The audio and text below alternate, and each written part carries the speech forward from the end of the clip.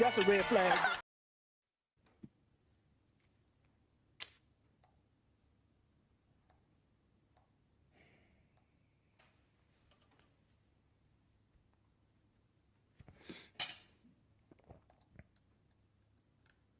I did see this additional thing where Sean C had like responded to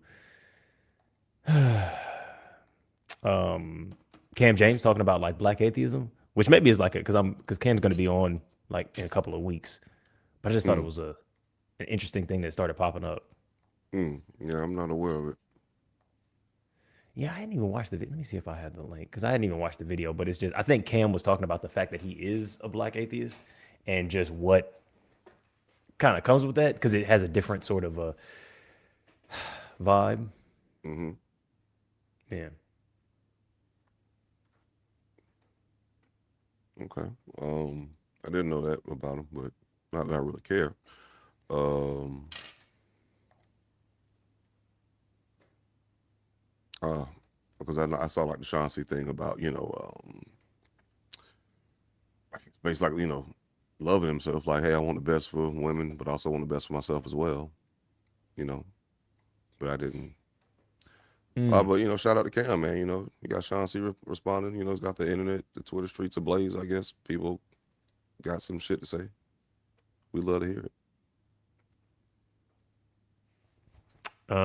Yeah, matter of fact, yeah, maybe I'll pull that one up. Let me see.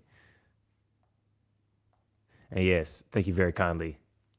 It's slightly it's a very heavy sweater, low key. It's like it's a little it feels like it's a lot of material. Currently, it's not too hot, but I like the color. I like the fit. It's got open sleeves. It's good. Yeah, good to hear. Are you like back in your dorm, meaning like for the day, or you mean like you got evicted, or what? Can you get evicted from a dorm? Yes, yes, you could. Oh, I don't think that's what happened in them though. no, probably not. Yeah. I didn't even know you could. I got tricks up my sleeves. Yeah, yeah, yeah.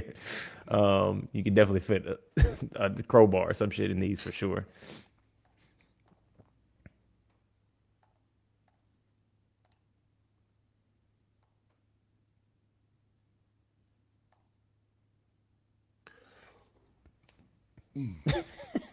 What you want me to tell you?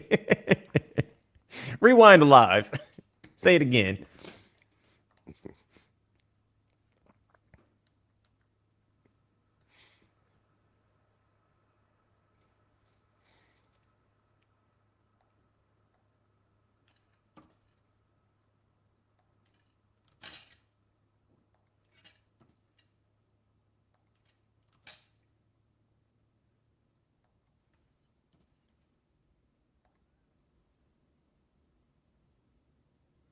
Yeah, because what even is an eviction? Just any time you found yourself in a position where you like can't pay for the thing, or is it like, oh, you violated some rules? Because like, can you get evicted from a dorm but not expelled from the school? Like, if you get expelled from a school, then yeah, technically you've been evicted. But like, oh, I got kicked out of my dorm, but I still go here. You acting like you ain't been to college before. I don't remember. One, it's been a long ass time, but two, I don't remember there being an answer to that question. Yeah, you can get kicked out of a dorm, evicted. Being evicted is just getting kicked out. And yes, you can still, go to the school. Well, now I know, I guess.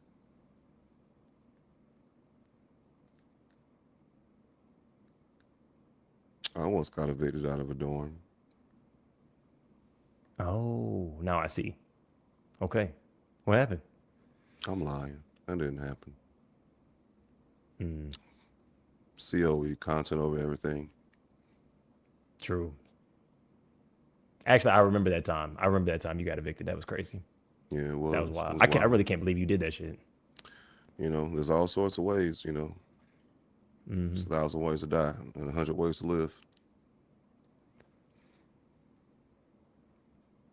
That's also true. You filled the whole dorm up with bubble bath, Hmm. which is wild. I admired it, but Hmm. yeah, Yep. it cost them Everybody was millions. slipping and sliding. But they were very clean afterward and super relaxed. But yeah, they gave you that I eviction don't know notice. about relaxed, but they were clean. They were a little bit stressed, maybe. Back hurt like a bitch. Injury or like just randomly wrong side of the bed type situation. This old nigga shit, I guess. Yeah. Wrong side of the bed. I don't know. Yeah, you just start walking and the knee stop working. Pretty Real much. shit. Pretty much. I feel like when I have back shit, it like usually goes away after like at least at this point in time. Obviously, that'll change in the future, but it just wait 2 days and it's back right. But it does just randomly like, yeah, what the fuck? Why is my shit like this for a little bit? Yeah. What is that? Exactly. Sucks.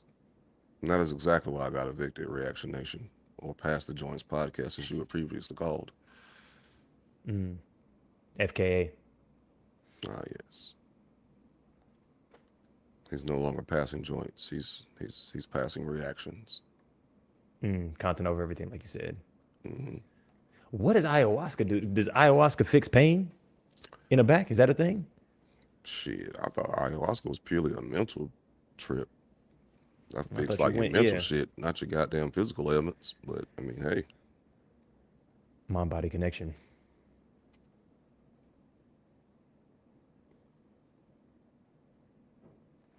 shit, apparently so. As long as we knew what you meant. Ayahuasca. Yeah, that sounds right. I feel like there should be a J in there somewhere, just from a Spanish perspective. I feel like she definitely like typed it in Google and then like wrote it in the chat so somebody wouldn't get on her ass. Oh, it's actually AUN. Red underline underscore. Damn. Wait, but did you go to them specifically with ayahuasca in my like, hey guys, I've got a back pain, and they gave you ayahuasca, or you were just trying to get high and accidentally ended up with a cured back?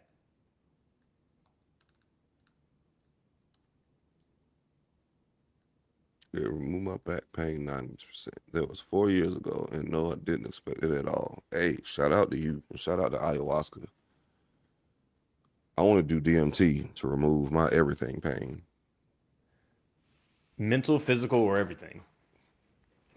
My everything pain. Real. Mental, physical, spiritual, all that shit.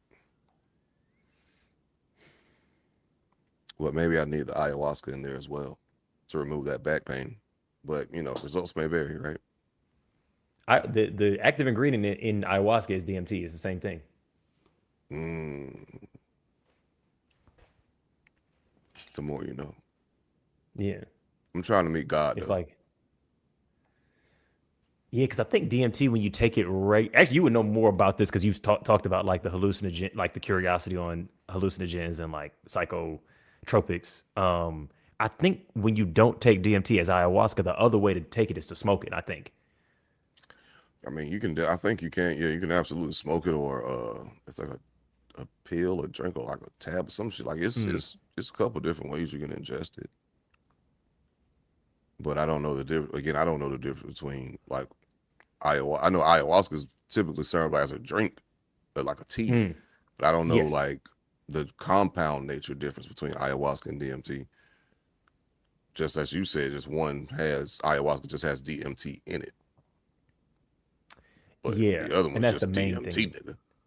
Like pure. Yeah, it's like the difference between, I guess, like smoking weed and like having like what is it? Like the wax resin, like the resin shit, where it's just concentrated down like Yeah, weed molasses yeah, wax. I did that wax. shit one time. I just took a dab of wax Whole of the planet. out of there. Was it good? It was a good night. It was a cool night. The night was cool. I Okay. don't remember much of it. But my memory is just trash anyway. I just, I don't even know that Yeah. guy's apartment we was at. I was at like my coworkers, friends, whatever. I don't even remember what the hell we did after that, but that shit had me high as hell. I know that much. Too high? I was still functional, but yeah, Okay. higher than I probably would have liked to have been around those people. Okay. You were accidentally where you were. Yeah, being high around people who are like, for me, being any kind of inebriated or whatever is very contextual to who I'm around. Like, it feels way worse being high around motherfuckers that you don't know about them or how they move or any of that, you know? Yeah, yeah. Not to say I didn't feel safe or something, but but I feel you. Yeah. You don't want to be out your mind and out your body around people that it's like I don't even know these people. And low key, like embarrassment shit, it maybe is like, I'm not thinking they gonna fuck me or nothing, but it's like, oh, I've embarrassed myself at the Christmas party. These aren't really like these aren't my friends. You know what I'm saying? Like these are people that I'm hanging out with, but I'm not trying to be fucked up around people that aren't my like actually close friends. Like Yeah. yeah, I remember one time somebody was telling me a story. To be fair, this was like young shit, so I'm not looking at it super crazy, but they all did, I think, like LSD or some kind of hallucinogen or whatever. And one of them got real fucking hot, and he started doing weird shit. And this was like his first time doing something. They abandoned his ass, like they just ran. And so he's naked, thinking he's a cup of orange juice in the middle of like campus. And I'm just like, man, like you thinking you getting high with some people that maybe are kind of give a little bit of a fuck about you, and it's like, nah, this shit weird. We about to get in trouble. Fuck him. That's what happens when So you get high that around kind of shit scares me. around white people.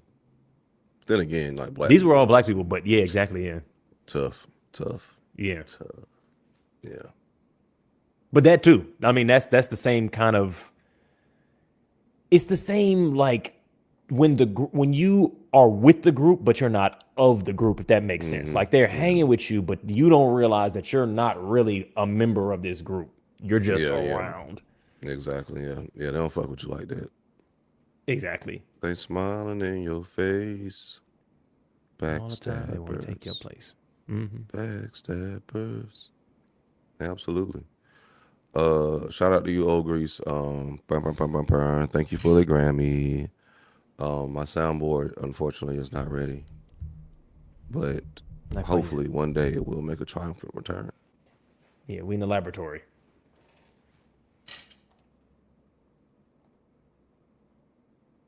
Uh oh shit. Damn. What? Nah, bro, I tell you, this about to be the goddamn waving the red flag, the number one old nigga podcast in the universe. Goddamn, I'm just dealing with old nigga shit right now. Goddamn, snoring, mucus in my derm, mucus in my shit. I just had to, it's like, you know what I'm saying? Like, you know what I'm saying? Like, god damn. I know that did not Yeah, no, make it's no in. sense, but you know the context. No, I know what you're saying. Yeah, it's in the edit. I've been like, okay, cut. That's a. And so one point that I'd like to make, as I was saying, Ugh. But have all you right. listened to Hmm? have you Well, listened to Slavoj Žižek? I forget what his name is, Slavoj Žižek or some shit like that. But he's a guy who like, and I know the people in the chat know this guy if they kind of fuck with FD and that sort of atmosphere of people. He has like, I don't know if it's a mucus thing or something, but he like always clears his throat and clears his nose like constantly to where it like feels like a tick, like the entire time he's talking. And it's such a weird thing to listen to. People love it. Like, I don't know if they love him because I'll just play a video and you'll see what I'm saying. Let me see if I can find this man. sounds very unfortunate. Yeah, I'm surprised that people, because he's like a famous speaker. He's like he's like a Louis Theroux or like a fucking Jordan Peterson or whatever. Like he's a public speaking figure, be on podcasts and stuff like that. And I'm like, man, it is very unpleasant to listen to this guy speak, but people love listening to him speak. And I don't know if it's like, oh yeah, because he has a weird little extra affectation so that they kind of find charming, or if it's like he's just so good with the shit that he is saying that we don't care that it's super weird and annoying to listen to. Oh, I did get his name. His Slavoj Žižek, but yeah, let me see. I All right, definitely have listen. not heard of him. Thank you, Steve. Okay. And shout out to you again, Old Grease. Oh, Grease. Thank Let's you go. for the Grammy. That nigga started singing properly. There we go. That's good. That's good. Thank you for the Grammy. We both, yeah, I'm right there with you. Let me see. Wow. Perverted politics. Where is he?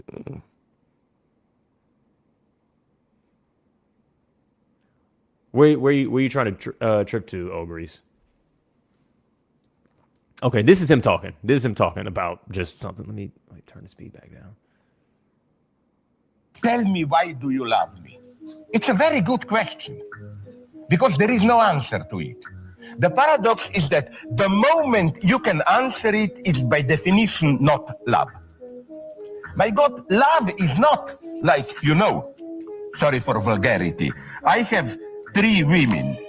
This one has good legs, nice smile, this one has nice eyes, this one whatever, and then, oh my God, this one has 4 points, the other's only 1. Let's go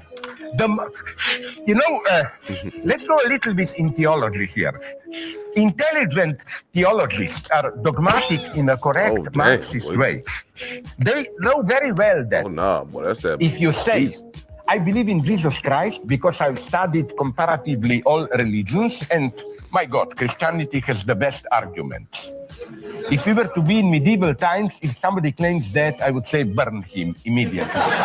Tell me. All right, Okay, I'm not so gonna that's lie. dead. I kind of like him. I kind of like him. Okay, yeah, maybe that's there's a magic to it that I didn't realize. That was different than what I was expecting. Like, yeah, Old Grease was saying, it kind of got high functioning cokehead. Like that was, you know what I'm saying? Like he okay on that good booger sugar. Goddamn, like he on that real good shit. And he was making some points. Hell yeah, like he was like, okay, I'm listening to you. Oh, there it is. Oh wow, yeah, okay. So it's like you can play a drinking game with him. How many times is he gonna goddamn, try to clear shit up, try to get right real quick. Yeah, that makes a lot of sense because it does feel like listening to somebody real smart who is just coked out. Like, so see, the thing about love is that actually, if you break it down, what we're really doing is a sort of post hoc rationalization of the things that we. You see what I'm saying, baby? You know, I ain't never seen nobody like have like a coke, have a coke asphyxiation, have a coke fit with both hands. Like that's a whole nother.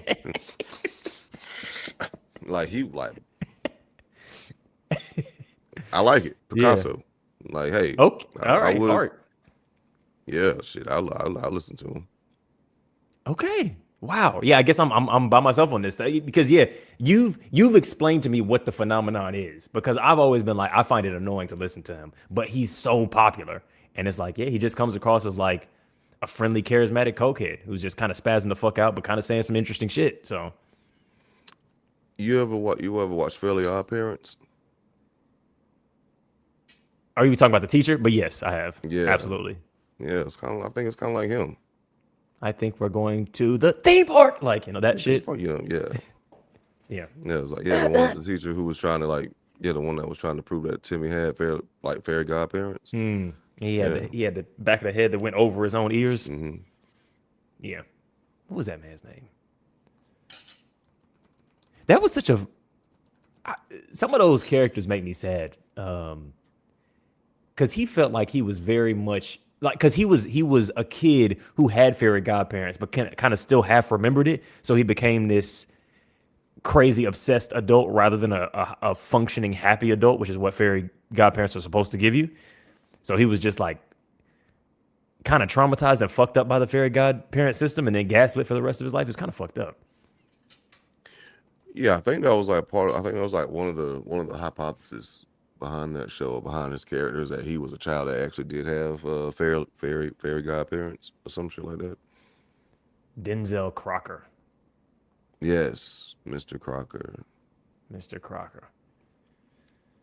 Yeah. I thought that was confirmed, but Oh, I mean, I haven't seen that show in forever. I don't know, but like it was some other fucked up shit about that show too that happened. I think Timmy was like eternally young or some shit at the end of it.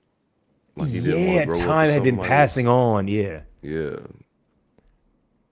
And not Wanda, but Cosmo was the only one that knew that secret or some shit. Like they don't know, but yeah. Yes. Okay. Confirmed here. And Cosmo and Wanda were his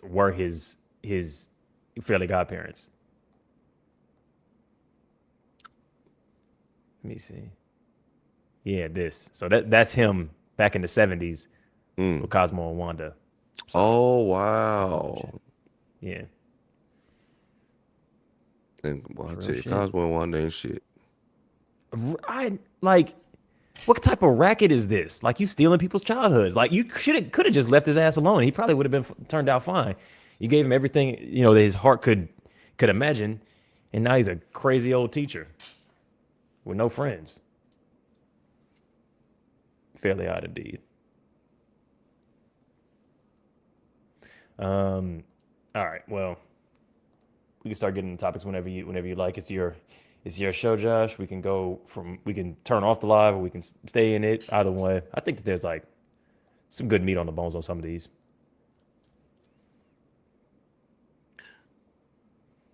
It is What is on you. breast water? Say again. Thought it Oh, was you're on right. It is me. My fault. You're 100% right. My apologies. Yeah, I'll keep it live. And yeah, welcome everybody to Waving the Red Flag, the number one fairy godparent ethics and sniffing podcast in the universe. It's your boy Eddie. It's Josh. Alvin is currently away, sharpening his axes so that he can shoot an arrow through those axes in order to win the hand of the woman he married 20 years ago. All right. All what are we that's doing? true. That's a real thing. He was on a trip for a little while, but he just got back home. So, celebrity that I would do drugs with. I feel like Childish Gambino. Keegan-Michael Key. Just him by himself, obviously. Yeah, those are probably my two. Yeah. But what drug? Like what substance or what would you do with them?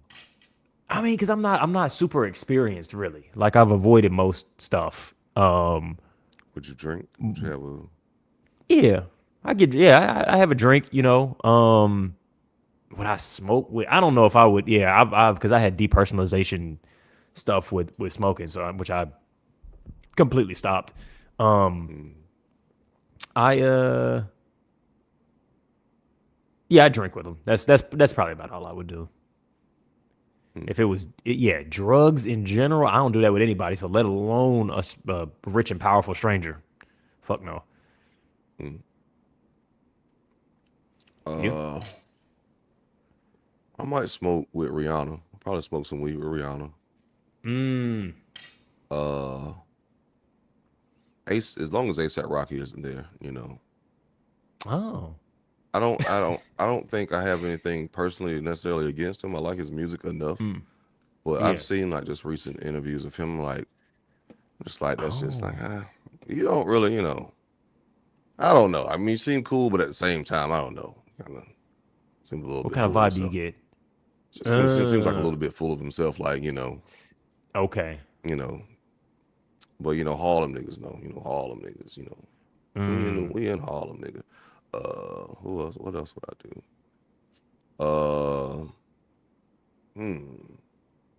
Damn, that's a good question.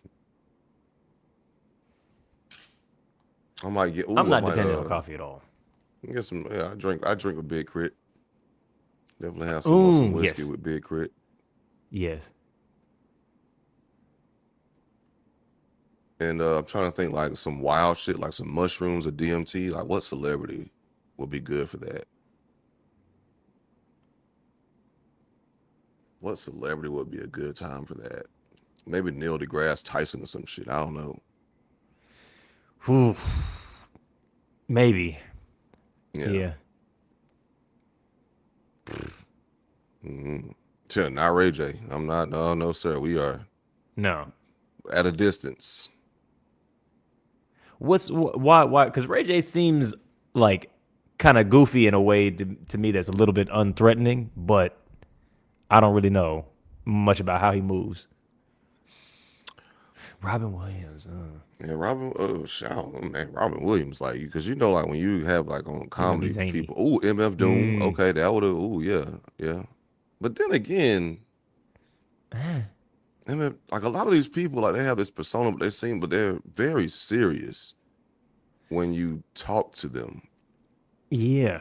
It's like the comedic people, when you just talk to them and they're not on stage doing a bit, like they are very serious and very philosophical. Like, it's like, damn, nigga, I thought you was gonna be goddamn more cutting the rug than this. Yeah.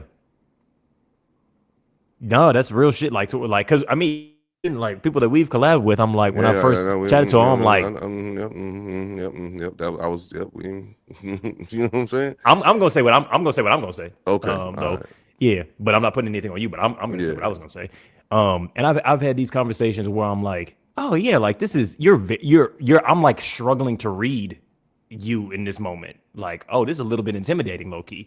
In a way that you would think like, oh, a comedian, like you're gonna be down to earth. You know what I mean? Mm-hmm. So, which is always a little bit of a tiny, yeah. Because I think when I'm thinking about a celebrity that I would like wants to be around, I'm thinking somebody that's like the shit that you were saying, down to earth. And the people that I'm fans of are fans of their work, or they're funny, or they're talented. A lot of them seem ASAP. They, full of themselves or that kind of thing. So, yeah. Bro, like what? Are you see? Do y'all be liking women's noses? For warm summer's night, do y'all be liking women's noses?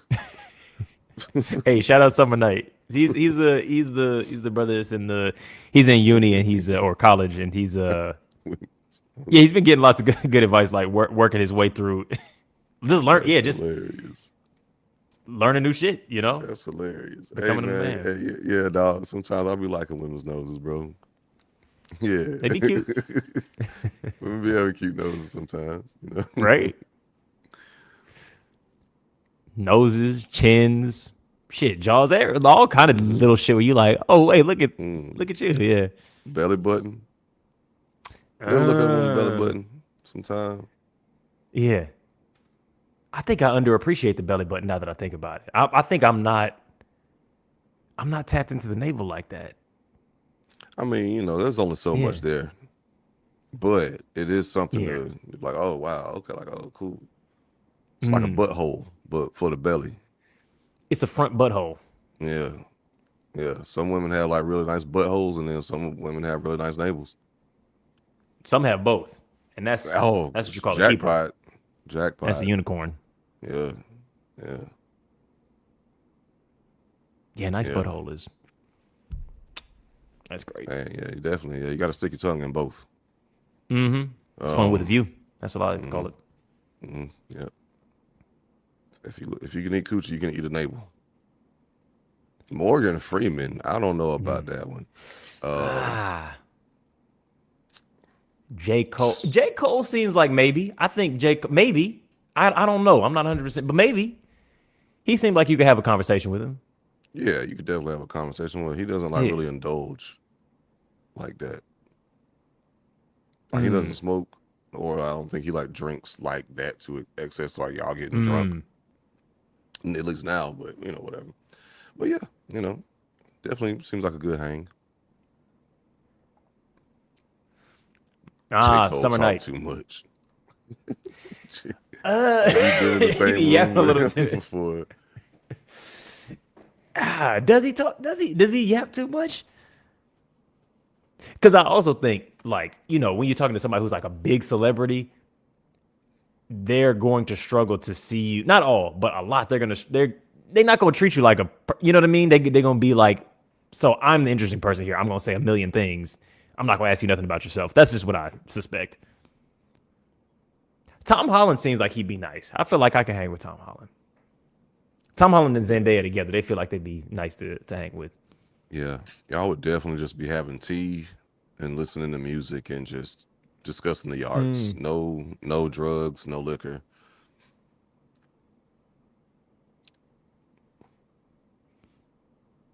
Y'all got celebs you just can't stand at all. Academics, not a fan. Can't stand at all. I don't like him. Not a fan of him. Don't hate him, but I'm not a fan of him. Like, I don't count him out of respect. Like LeBron James, jeez.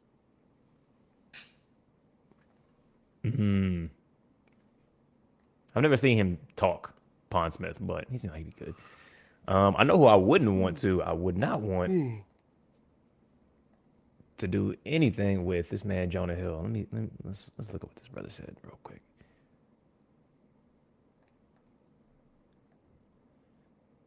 Y'all way too afraid of smoking with serious people. What smoking sessions with real smokers have ever been serious? Anyone that cow tools That is correct. I don't want to smoke with nobody too fucking serious or drink or really. I mean, it depends because that shit can just be annoying, you know.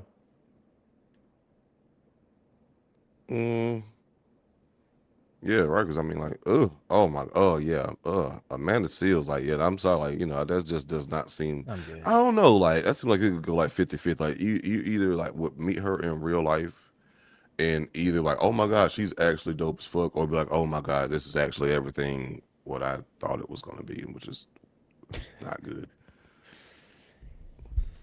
Yeah. I have to agree. I'll leave it at that because she did just go off on the timeline again about somebody said that she was jealous of Issa Rae, and she said, and you know her Hollywood marriage and her Hollywood success, and she was like, why would I be jealous of Issa? Like Issa was struggling to get Insecure made, and then she did, and like I'm glad for her and the success that she had. If that's what you want, so she said it kind of like almost to degrade Issa's success. Like, if you want to do that, if you want to be successful after you struggle to get it after you struggle to get it made in the first place on the show that I was on with you, I guess if that's how you want to live your life. And then she pulled out her SAG-AFTRA card and was like, oh, people saying I haven't made it. Like, I've been since 1994. I've been in the union. I'm like, that's not really what success means. That's like you know what I'm saying? Like, oh, you have a resume. That's not the same thing as having a job. Like, all right, cool. I guess. Yeah. And then she proclaimed that she was an icon, which, I mean, look, she makes many good points on lots of things, but that felt like I'm between her and Issa. I tend to lean in the direction of Issa, honestly. I'd much rather hang with Issa than Amanda. And Amanda Seals was on My Brother and Me. Like, that was the first time she was on a TV show, if I'm not mistaken, which is like some 90s shit for real. Yeah, she said 94 was when she joined like the union. Might have been My Brother and Me. Yeah. No, probably a little bit before that. But okay, but seriously, I hate academics. He once admitted to getting what? Oh, he once admitted to getting some 5-figure check for praising Drake, and it was the one time he didn't look like he was lying when speaking. I can't even with that guy. No, I feel you. And thank you for the donation, Old Grease. Absolutely. For real. Absolutely. Yes, we are all on the same page. Not a fan. All right, let's see what this guy's up to. As an Amanda Seals Aqua film coded person, I would be hesitant to share space on purpose of any extended period. Give me Robert TD. Step, please. Hey, shout out. Real shit. This kind of reminded me of a conversation we just had. Just Jonah Hill shit. I love Brazilian Jiu-Jitsu. I love, except my body is begging me to not love it. 42 isn't, my wife is often like, you're not going to become like a professional fighter. You know that, right? Like you're a comedian. Like, But let me ask you something. Yeah. If we got into it, I would fuck you up. you'd fuck me up, right? I would fuck all But three truly, of you up. Yeah. right? 'Cause- And that's the best part. My favorite thing is people are like, oh, Jonah Hill, fucking fat guy from Superbad. And I'm like, I would fucking annihilate you, dude. I'm not kidding, every dude. fight Try it. If you see me, try it, dude. And Every like, fight ends up on the ground. Fucking Very bring quickly. it. Who's got it? I will, unless you are I- way bigger than me, I have like a fucking fuck around and find out. I love Brazilian Jiu-Jitsu. The first thing mad I at said that. when I look, Hmm? I think that he's within the next like 2 weeks, he gonna end up in like a Cat Williams situation, like posted on Twitter getting his ass beat by somebody, because that's a crazy target to like with a literal invite. If you see me, Jonah Hill, come fight me, and we'll see how it goes. All right. I mean, you know, he's talking. I mean, yeah, of course. Like, it's weird. I'm honestly not mad at him for feeling that way. Like, I don't know. Like, I don't know, man. Like, No, go for it. honestly, genuinely not mad at him for feeling that way. Like, he's exercising his body. He working out. He has a craft or a practice that he loves, that he got really involved in. He feel like you know, shit, that's how you're supposed to feel. I don't know if you're supposed to like necessarily verbalize it like that, because hell, you might, you know, you're gonna invite the wrong motherfucker that really just want to fuck with you. But most people cannot fight, so he's not necessarily wrong. If the average person who hasn't been in a fight since they was 10 or 5, Oh yeah. you know what I'm saying? Like, but that's Yeah. who he's talking about. He ain't talking about other trained MMA fighters. He's talking about like just random average ass niggas who talk shit. Yeah. Unfortunately, everybody can hear when you say something in the video. Not just that. There's not a setting of only play this video to motherfuckers that's untrained and can't fight. This pussy. It's gonna be motherfuckers that are like, hey, Jonah, like I do a little MMA on the side. Like, do you want to? Because you're the fat guy from the thing, you know. So in a bar, drunk, and it's like, even though it is the true that most people can't fight, most people aren't trained. Like, it be random motherfuckers that can fight. And it doesn't, like, fighting is that shit can be random. Like, you're great at Brazilian Jiu-Jitsu, maybe. We're about to watch a video of him, but it's like, if a motherfucker just come up and punch you directly in the fucking face, depends on what your rope-a-dope looks like, that might be the end of that fight. Yeah. I mean, but this this video ain't doing him no favors. Hiya! Krav Maga! Right. Parkour. And a 1, and a 2, and a 3.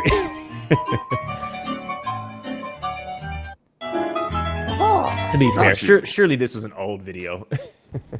I got you. Yeah. You fucked around and you found out. Right.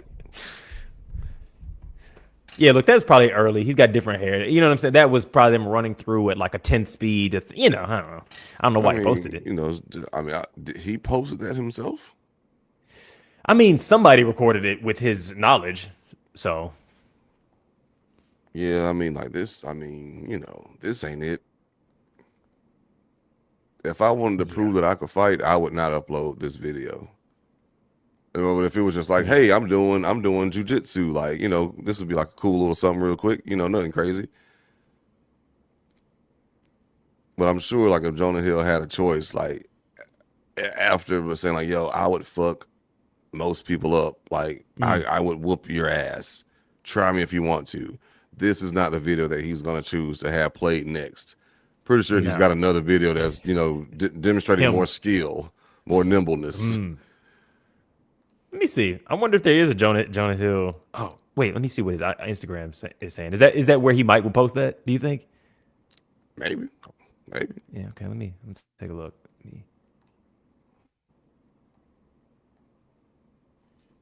Jonah Hill. Oh, does he even have a think.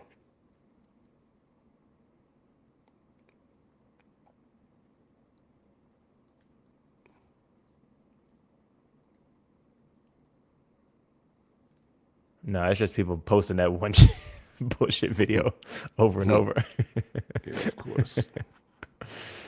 Okay. Well, you know. Yeah, I think part like a lot of it is because he's got this yeah, people just dislike him because he's got the former fat kid personality thing. Like I think I've mostly extended like grace to him even in situations where, you know, that was an unpopular opinion in previous conversations. But it feels like the response is he's like a corny, previously bullied, insecure guy who's, you know,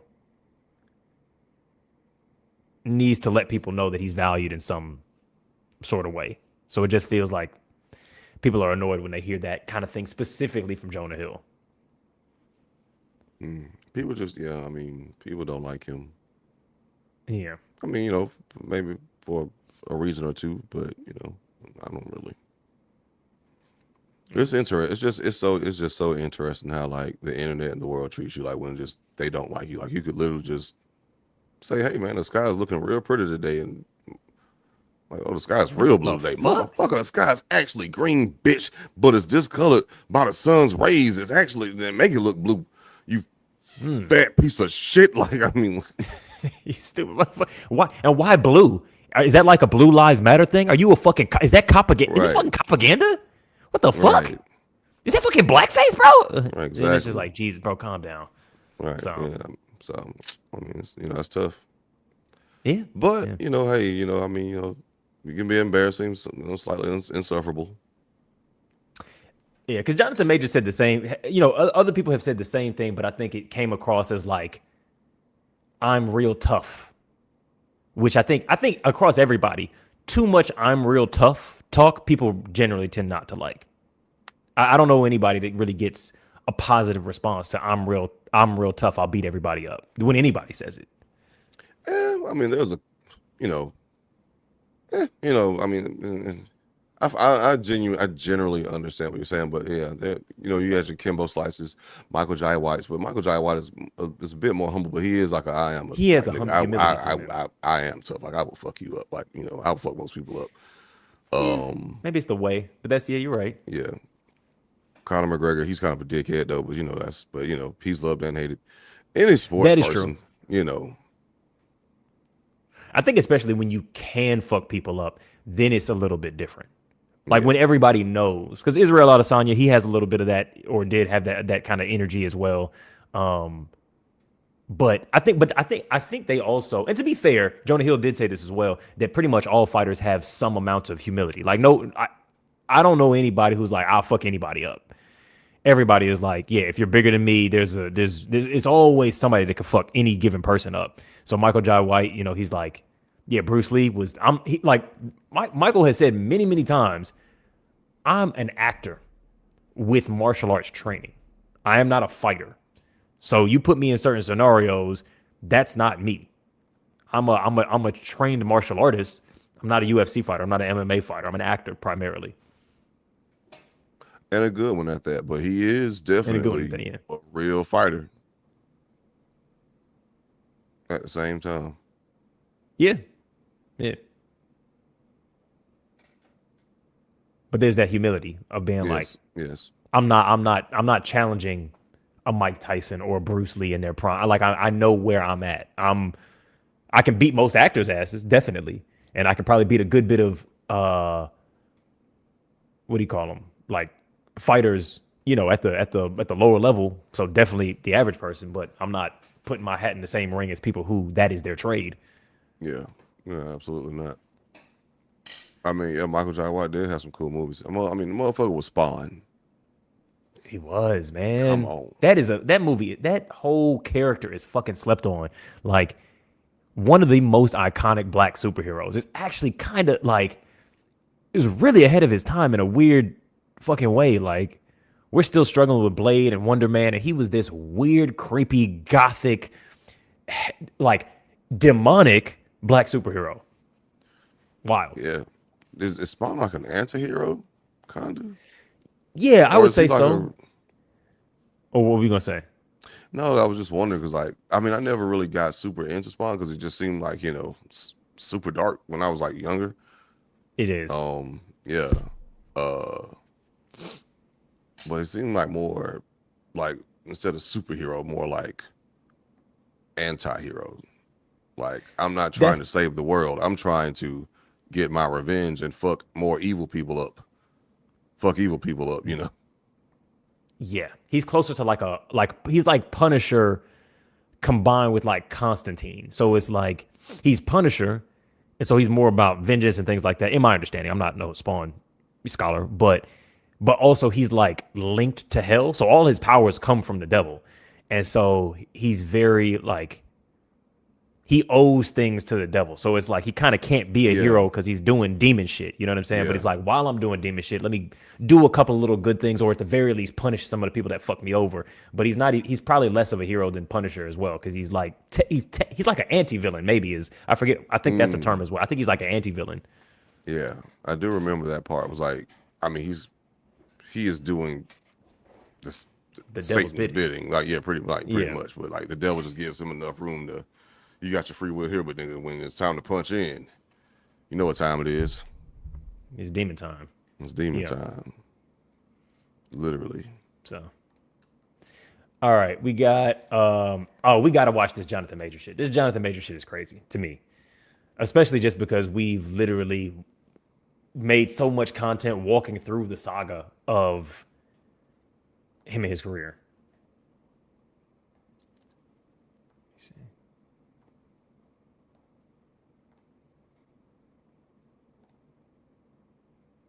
Your country is beneath contempt. Can you hear it? That's We kinda low. will and serve Allah fought That's back better. against the Americans and the Zionists from the scourge of secularism and the lands of unbelief.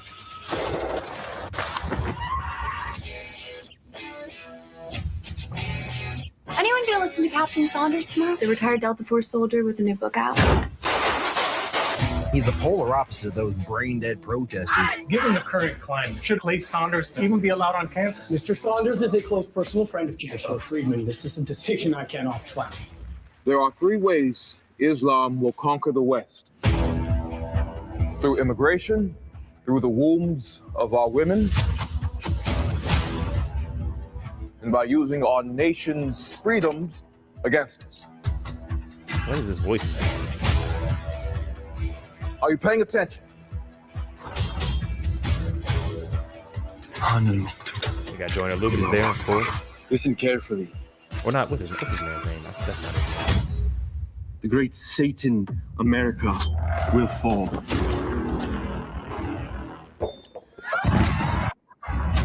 You are infidels. The bodies of women are not pure and the men's souls are unclean. What makes them so dangerous? Their goals are not in this life, but the next. Man. I got friends here. I can't just leave. Listen to me. Illallah. We cannot. In Allah. I will be rewarded 10,000 times in the next life. When you die, you're nothing. Only one way to find out. That's the American way. I'm rewarded 10,000 times when I die with 10,000 virgins fucking and busting nuts for all of eternity when you burn in hell, infidel. Exceptional Bro, like- writing. Exceptional writing. Man, this David is Lucas. security guard. Oh yeah. Yeah, he's the one who made that. Who he was making George Floyd jokes on Kill Tony. He was making George Floyd jokes. Yeah, a lot of a lot of Unke antics. So I'm not surprised he's in this movie. The black security guard. The black security guard. Oh, okay. Yeah. Okay. I feel like I've seen him on social media. Man, yeah. He kind of moves with that Rogan Trump kind of crowd. What kind of fucking movie is this? Like, what kind of anti-Muslim propaganda whole ass movie is this? All the characters just seem like even the college student characters just felt like weird little cardboard cutouts that were saying like Daily Wire talking points. Yeah, I'm a blonde college student, and that's the problem with these wokies. Like, all right, whatever, man. I thought the Daily Wire. Okay, I might be getting my my outlets a bit confused here. I thought the Daily Wire might have been like maybe slightly bit more progressive, or maybe I'm just Yeah, so the Daily Wire is Ben Shapiro's like network. So it's like a alt-right conservatives, like it's a very Gotcha. conservative. Yeah, like that's what they Okay. do. Gotcha. Jesus. Okay, that makes sense. Daily thank Mail you. might be Yes, thinking of, yeah. that. Thank you. All right, thank you. My God, fuck. Terrible. And jeez, because like honestly, bro, like I mean, I know there's a shit ton of Jonathan Majors hate. You know, and Not the worst good. thing that ever happened to Megan Good. You know, rough. And Megan Good, I mean, I still think about that I one think- time I bumped into her. you bumped into Megan Good one time before? Atlantic Station. Damn. She was standing directly in front of me in the movie, in the line to the box office. Yeah. Did you say anything or just kind of like, oh my God, that's Megan Good? We spoke like real brief, like Yeah. hey, hello, like like she nothing, announced, nothing "Hey." good. All right. Yeah, exactly, yeah. Yeah, I think she's like genuinely like a sweet person, a nice person. Not perfect, but nice. But damn, yeah. Okay, so I'm not gonna lie to you. Like when I didn't know Jonathan Majors was about to be in like a whole new movie. Then I saw the clip earlier today, and I had the same reaction I'm having now. I'm like, what the fuck kind of movie is this? And why is he putting himself in the position of playing such an ignorant role, just like anti-Islamic, with all these stereotypes and tropes and shit that like every Muslim terrorist Put it all stereotype in. was in that trailer. I'm just surprised they didn't. They A was on bucket a of plane. hummus, like they just all Right. kind of weird shit. Yeah. Yeah, right. Like they should have just been on a goddamn plane and just committed 9/11 all over again. Like, or Jonathan Yeah. Majors was gonna stop 9/11 from happening. That would be fucking great with a lasso, yeah. Yeah. But I mean, like I'm just like, damn, like I'm not mad at him for, acting again or getting roles, but god damn that. It's like other that. shit he could have done. I know the check was crazy though. I know that check was crazy. Probably. Had to have been. Because like even with the level of cancellation that he's experienced, or yeah, whatever, that he's experienced, I feel like he could have done like small town plays. He could have done another indie movie, probably, maybe. I don't know. Maybe the system isn't what I think it is. You know what I mean? Yeah. But I'm like, if you go, hey, I'm making a $1 million film, and Jonathan Majors goes, hey, I'll be in it. I feel like a lot of people might say yes. I don't know. But I really don't a lot know, of man. people. Yeah, to find a lot of people. Like a small time independent producer, Yeah. not attached to a big studio. Yeah. Good. Yeah. On a Good. small I budget film. didn't. Yeah. I didn't mean literally, but yeah, more. Yeah. Yeah. Oh. But yeah. Yeah. That was a good response. Was all like, well, yeah. Absolutely. Yeah. But Thank you, Stinky Poo. Sorry. I don't know. Yeah. Yeah. I just, because I mean, honestly, like if I would love in a perfect world, I don't know how or what, but I would love for him to be able to return as Kang in somewhat of in a perfect world, minus all Yeah. the extra bullshit. Because in mind you, like I'm not tapped in a lot, like maybe some other people are. So I might not be aware of some other fuck shit he might have done or said in the meantime. But everything I've been seeing of him, nigga just been living his life. He just been kind of corny. He's just a corny dude, seems like. Then people don't like him for that. On top of, it's only the one thing. Yeah. So, but other than that, like it just seems he can be like a bit corny or just, oh, you know. So like, you know, I'm not mad at this motherfucker like trying to get a career back, but nigga, that role, that ain't it. And fuck, like that is the most anti-Muslim movie you could fucking. To be fair, like it just feels crazy because it's from the Daily Wire and the acting is bad. But like, if you was watching media between 2002 and like 2014, that's not a crazy fucking plot line. Like that's a very main. Like the first Iron Man was literally that. Like made up cartoon, random errors from a made up country speaking fucking Hindi, like speaking the wrong language. Like Homeland, every villain in every episode of 24 was Muslim. So it's like, I think it's crazy because it's 2026 and because it's Daily Wire. But I think because right now I'm working on this video essay, a real short one, but it's about Denzel and, you know, the conversation of the range that he does or doesn't have. The people say he doesn't have range. And one of the points that I kind of make in that video is that a lot of his roles, when you look at him, like most of his iconic roles, he's in like a semi-conservative position of power. He plays a lot of cops and a lot of military people. And if you made that movie in like 2002 and put Denzel in it, nobody would be looking at that movie crazy if the acting was good. But like Islamist terrorists take over a high school and Denzel has to save a bunch of white children, nobody would look at that shit crazy. So I think it's crazy because of it's Jonathan Majors, it's Ben Shapiro, and it's this plot line in 2026. But this actually isn't on paper that crazy in America.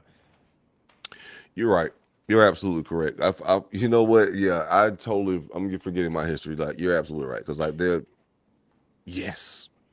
was a long stretch of time where the main you cannot be brown in America. Yeah, absolutely. Like, especially after 9/11, like, yeah, absolutely. Like, just the scapegoat, just like the Russians were, like, you know, the main villains in James Bond movies. Yeah. So, but it just seems,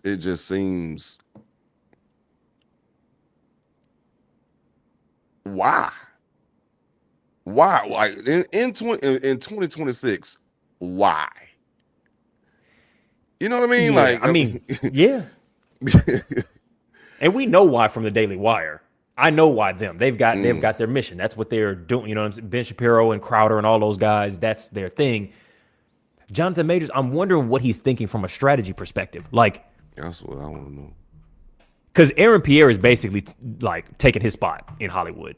And Aaron Pierre is a fucking good actor. And I know I'm anti-British or whatever when it comes to the acting shit, but like he's fucking great. And he's taken the things that would have gone to a Jonathan Majors. And how do you pivot this? Because I think like making this move makes it so much more difficult to do anything else in the future. But also, life is short. And Armie Hammer still ain't made a movie. So it's like, I think that we're looking at this and going like, oh, Jonathan Majors, you done made a crazy decision because we were going to let you maybe get back into mainstream, you know, indie small A24 movies in another 5 years, like Aziz Ansari. But it's like, you got to feed your family in between them. So I think he's probably just going, well, yeah, my career as I knew it is completely done. So there is no like, what's the strategy to like get back in the graces and, you know, pay my dues and maybe in about 6 years I can do another little. You never finna be in Marvel ever again. That's done forever. I know you said you might. That shit ain't never fucking happening. So you just go, yeah, I'm making movies that make money. Yeah. Like. Well, I'm getting my check because, like you said, at the end of the day, like I mean, because an actor, regardless of what we think, if an actor isn't working, they're not making money. Other than maybe like brand deals or like investments, but a working actor, like they all say that. Yeah, like I'm a working actor, you know. So, but fuck, this, Yeah. and then I mean that, but Jonathan Majors is a good actor. And this, He's pretty good. Yeah, he's pretty good. like, yeah, we're not gonna act like he's not. Like, Yeah, come on, yeah. come So on, I'm not come gonna. on now. I don't know. Sometimes it's in this that looked a little bit off to me. Like that didn't look like a good performance to me. Yeah, It didn't. Yeah, he said it didn't look like a good performance. it did not look like a good performance to me. Him in this movie.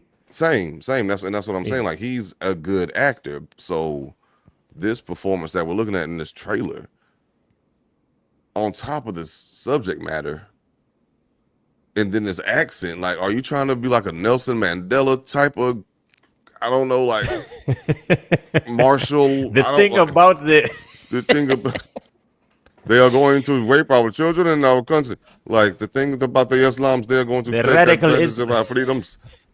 Like, what? Where are you from? He's supposed to be Black Republican, but why do you sound like that? Yeah.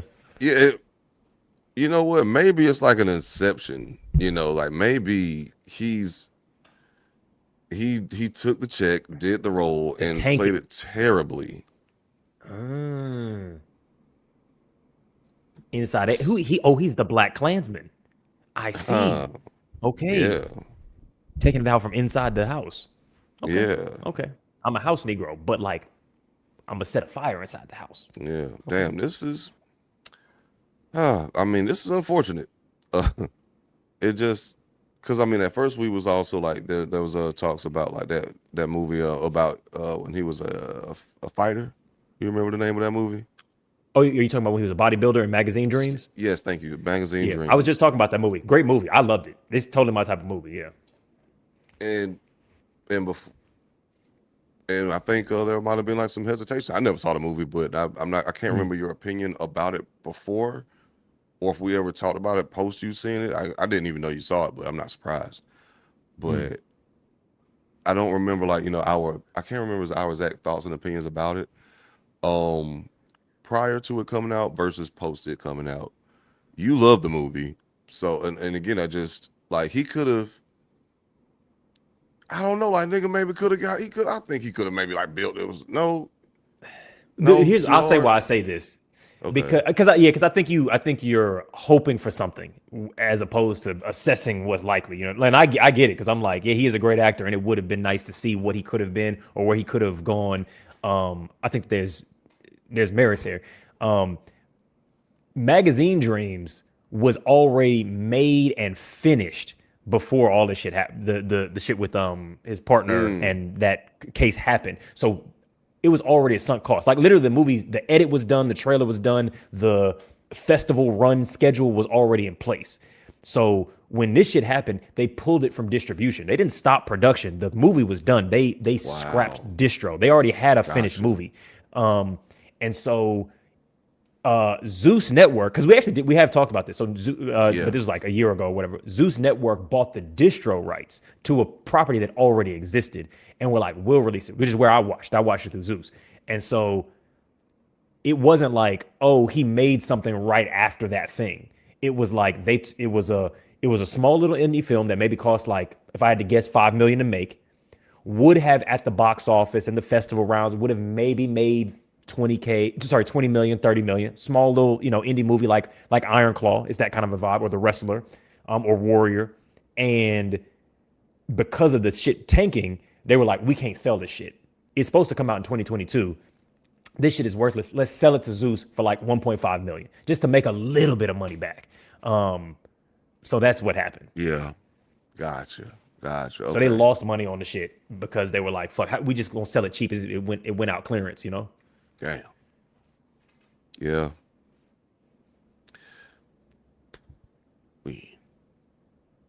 It's a lot. I don't know. I don't know what else to say on that one. Yeah, no. Thank you for the context. That's it. Well, damn. Shout out to Jonathan Majors, man. Shout out to you, man. I don't know. I mean, sheesh. If anybody think if anybody think justice wasn't served for that white woman shit, you got another thing coming. You look at this nigga. Yeah, look, I mean, I don't know. But Yeah, then we again, ain't got to rehash the thing. Yeah, because Yeah, I you know don't what? know what she's up to. I don't really know. Like, I feel like Yeah. we still don't know what the fuck happened. Like, not, and I don't even mean the incident itself. Yeah, but yeah.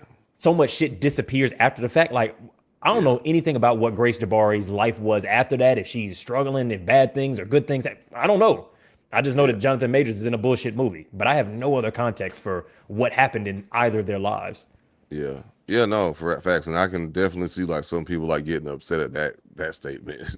Like, if justice was truly served, he would never see the light of the He'd be day. dead. Goddamn, I mean, damn I shit don't like care. he'd be fucking dead. He'd be 6 feet under the ground. Yeah. I mean, yeah, I don't know. I don't know. I feel, there's so much I feel like I don't know in that scenario, that I wish I did, but I don't know. Shout out to Megan Good, though. We can definitely say shout that. out to Megan Good. That woman, 45 years old, and she still look crazy. Yeah. Not that looks are all, but like sweet. Anyway, shout out to Megan Good. It's some though. Yeah. It's Megan great. Yeah. Megan superb indeed. Shout out to Megan Best. Okay, so stay-at-home boyfriends are increasing as the women's employment gap shrinks and reverses. Sean C. I think women deserve the world, but so do I. Marvel So White.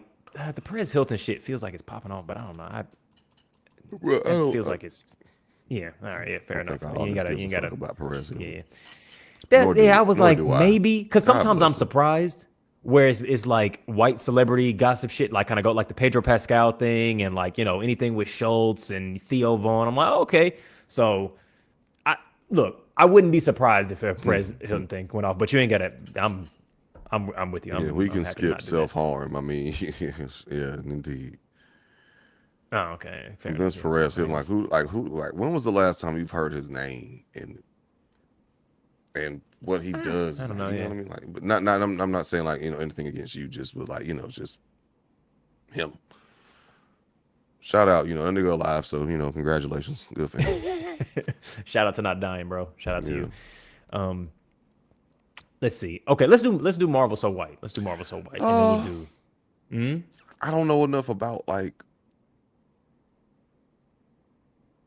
All right, because I can hit that one like low key a little bit by myself with you kind of doing assistance, but we can come back to it later. Which ones are you interested in? Sean C. was decent. That one, the one before that was incredibly tragic. Like I could have told, you know, that was just not incredibly tragic, but the one about the boyfriends being stay at home. Oh, boyfriend being stay at home. Like the way that one was presented was tragic. Was I had some thoughts around that one, but it was just kind of fucked up. We'll hit that one too. I think women deserve the world. Shit, sorry. I also think I do. Pause it. Yeah, no, we'll hit that one too. Tragic is an interesting word. Well, I mean, maybe, you know, interesting word, maybe not necessarily the best one, but I'm not red pill. I think women deserve the world. I also think I do too. Can't really hear it that well. The world that I'm trying to make safer for everyone includes me. I'm included in things. I'm not red pill. I think women deserve the world. Yeah. I also think I do too. Sorry. The world that I'm trying to make safer for everyone includes me. I'm included in things and people that deserve the world. And I'm sorry that other people walk up on me and they know that I love me and they're like, you know what? I'm gonna follow suit. Sorry. I don't wake up in the morning thinking, you know what? I deserve less. I don't wake up in the morning afraid that I'm not gonna be good enough because you know what? I'm good enough for me. Why wouldn't I be good enough for them? Like, that's just the way I think about shit. I wake up knowing that I got some shit on me. I just do. Put as many Doritos if you want. It don't change my POV. It doesn't. You're not gonna stop me. I'm not in the crowd or in the group of niggas that need to be self-deprecating to bring down my light or dim my light so other niggas can shine. I'm the type of nigga that can shine so bright, I illuminate those around me. But goddamn, if I ever felt the need to dim my light so other people could appear brighter, that's never been my vibe. I encourage those around me to get brighter. That's just my energy. That's my luminescence. That's what I do for niggas. It is what it is. I just can't be stopped. I can't be stopped. You can boo as much as you want. The love is louder than the hate. The love is louder than the disdain. It is. It's just what it is. I'm sorry. I breathe this shit. It's not for the internet. I really be on that. And I'm not red pill. I think women deserve the world. I probably should have stopped that video earlier. I feel like after the first 10 seconds that he kind of made the point that he was making. But yeah, I mean, yeah, it felt kind of like it was a sort of just not really worth a clip past that first 15 seconds to me. But yeah, I mean, basically, what's up? Yeah, I think that it's I think I relate to that a lot, like the way that we run the podcast, because I think that there is this sentiment that either you're a misogynist or you're like a self-deprecating, like, simp or whatever, just a word of like bending over backwards, performatively loving women at the expense of yourself and other men. And I've said many times on this podcast, I'm a pro man, like podcaster. I know people don't necessarily agree with that or think that, or some people come in and think I think a different thing. And we've even had, on the podcast, disagreements about my stances kind of in both directions, where it seems like what I'm saying is anti-man. But I think I just appreciate, being like, yeah, I think women deserve the world. And so do I. I think that the world that I'm trying to make safer for everybody includes women, queer folks, and me, and men, including cisgender, straight, heterosexual, whatever the fuck men. And that means you don't got to dim your light. I want to be free to, don't call me sassy or, oh, he's a prince or any, you know what I mean? Like, I want to live a happy life, and I'm going to. And sometimes that means standing on boundaries that may be coming from a woman. You know what I mean? And being like, hey, you're treading on what I want to do. I appreciate you, and I want your gender to do well in the world, but you've got me fucked up, Mm-hmm. Yeah, no, absolutely. I'm with that, because I didn't see like anything wrong with what he said. I honestly agree. I feel like that's how you should feel.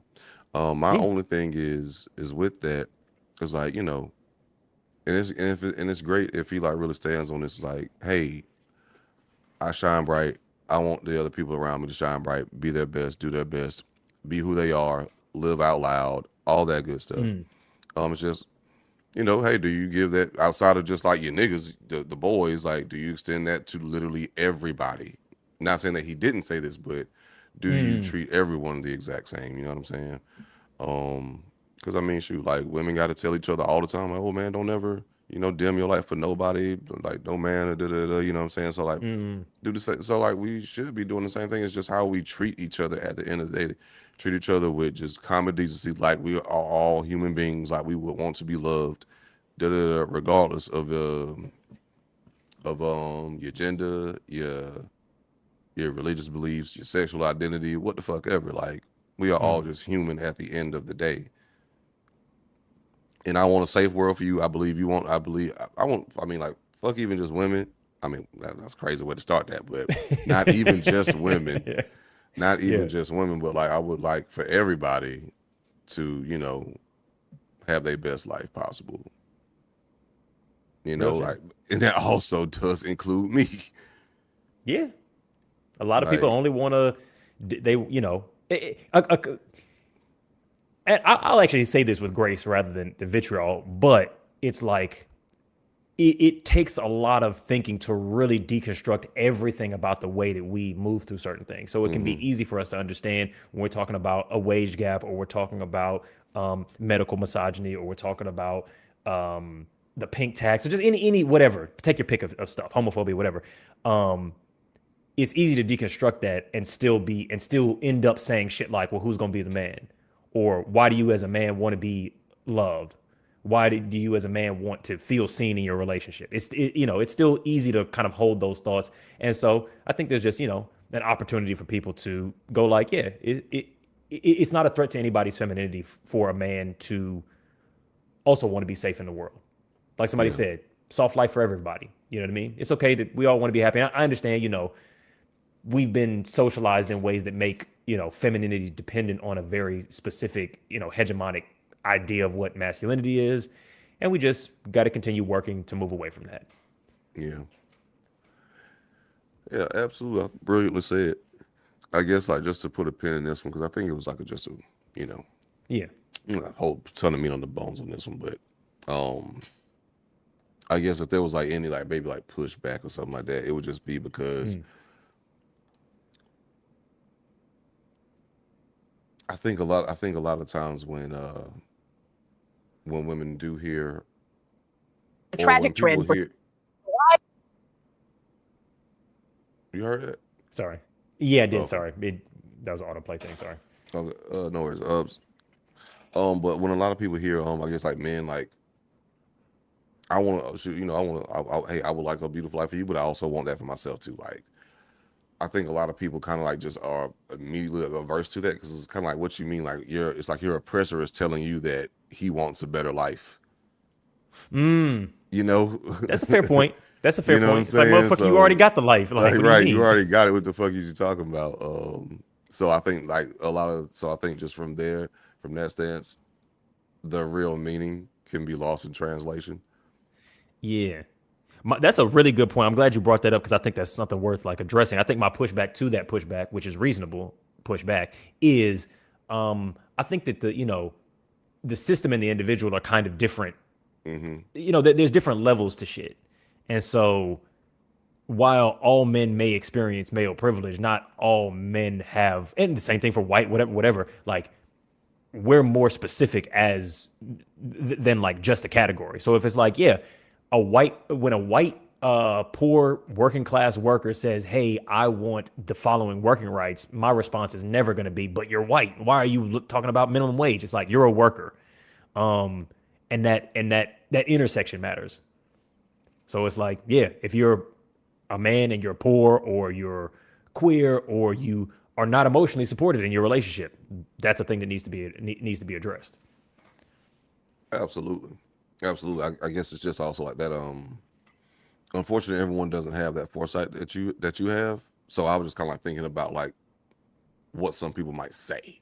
You know what I mean? But 100%. Yeah. I agree with that. I agree with that too. Yeah. All right. Let's see. Let's hit the other one. Baby said it's tragic. I mean, like it was a setup of the it. tragic trend for some. And then yeah. Let me see. I think it's very just before the preface is because I'm realizing what you said and putting in the context of what she's just saying, like it's tragic for women that men are experiencing increased unemployment is crazy framing of this. Thank you. That's yes. Is an insane framing, and now I realize what you were saying. Yeah. Oh, I'm just looking at her face, just the disgust that she says. Right. Oh man. Women. The rise of the stay-at-home boyfriend. What? That's what I said. No, Yes. not real. More and more, due to changing economic factors, Gen Z women are financially supporting the men in their life. Federal Reserve data show over the last 12 months, the number of jobs held by men fell by 142,000. Women gained 298,000 jobs. Indeed's hiring lab found 1.2 million jobs were added between February 2024 and February 2026, and 2/3 of those jobs went to women. So if you listen to Destiny's Child, ladies, leave your man at home. Probably because he can't afford a night out. Because there's also the old school, ain't nothing going on but the rent. Got to have a J-O-B if you want to be with It's me. a no for me, y'all. It's so Really? hard out here. Is it Yes, hard? You are a it is. beautiful, successful woman. Single woman. You know what I have found? And don't send me, don't at me, don't send me the emails. Nine times out of 10, a man is intimidated by a woman that works, that has more money than them. And so, but then there's this new generation of men that are looking for a sugar mama. No. They're looking for a lady to take care of them. And they want to be kind of like, look, the men in here are all, They're all like, no, because no, this Kelly and I have been talking about this for a project that we're working on. And I was saying to her that, like, look, my wife has 7 Emmys. She has 2 Peabodys. You're rare. You're on an You're a island. rare Thank you. breed. Give it to him. Why? Why am I rare? Because when I would go out and I would say where I went to school or where I worked, all of a sudden it would be like, oh, do you think you're better than me? I'm like, what?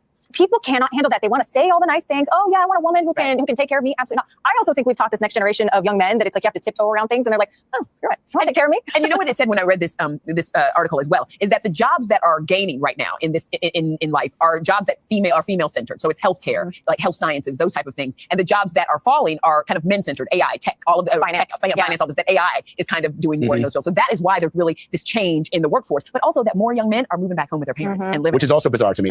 Tragic trends. Which like they're like this tragic. This is a very good point, low key here. That's Society raised men yeah. to be I think progressive that's while part of still the raising point. women to want traditional men. I think this paradox creates the manosphere.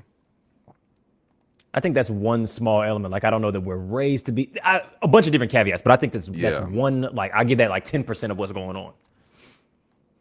Lesbians are eating good right about now. Stella got rich. Who needs to I get don't their know. groove back? At this point, being hetero is exhausting. Absolutely. Oof. We all should just, I don't know, just take a magic gay pill and just get a closet and Just go keep it into in-house. it and come out. I don't know. Yeah. Build a closet and go into it. A week later, you're a butterfly. You go through your metamorphosis. Man. You just come out that motherfucker, and your life will just magically be better. You'll And everybody be with who they want to be with. Yeah. That it does feel like, I think there's a couple of like weird mistakes that get made where we've gendered money, which is actually kind of fucking crazy. Like, you know what I mean? Well, I think money was always gendered, because money was always kind Was of it? gendered in a sense. Because think like the breadwinner situation, like the man would be the breadwinner, that i.e. the one that actually goes out and gets the money to like finance the stuff. So in that That's like sense, 1940, right? Yeah. I mean, Before. well beyond that, like, you know what I'm saying, like hunter gatherer type shit, like it's so like. But see, here, and the reason that I brought this up is because Mac and Murphy, he's like a human mating scientist, a la Paul Eastwick and them.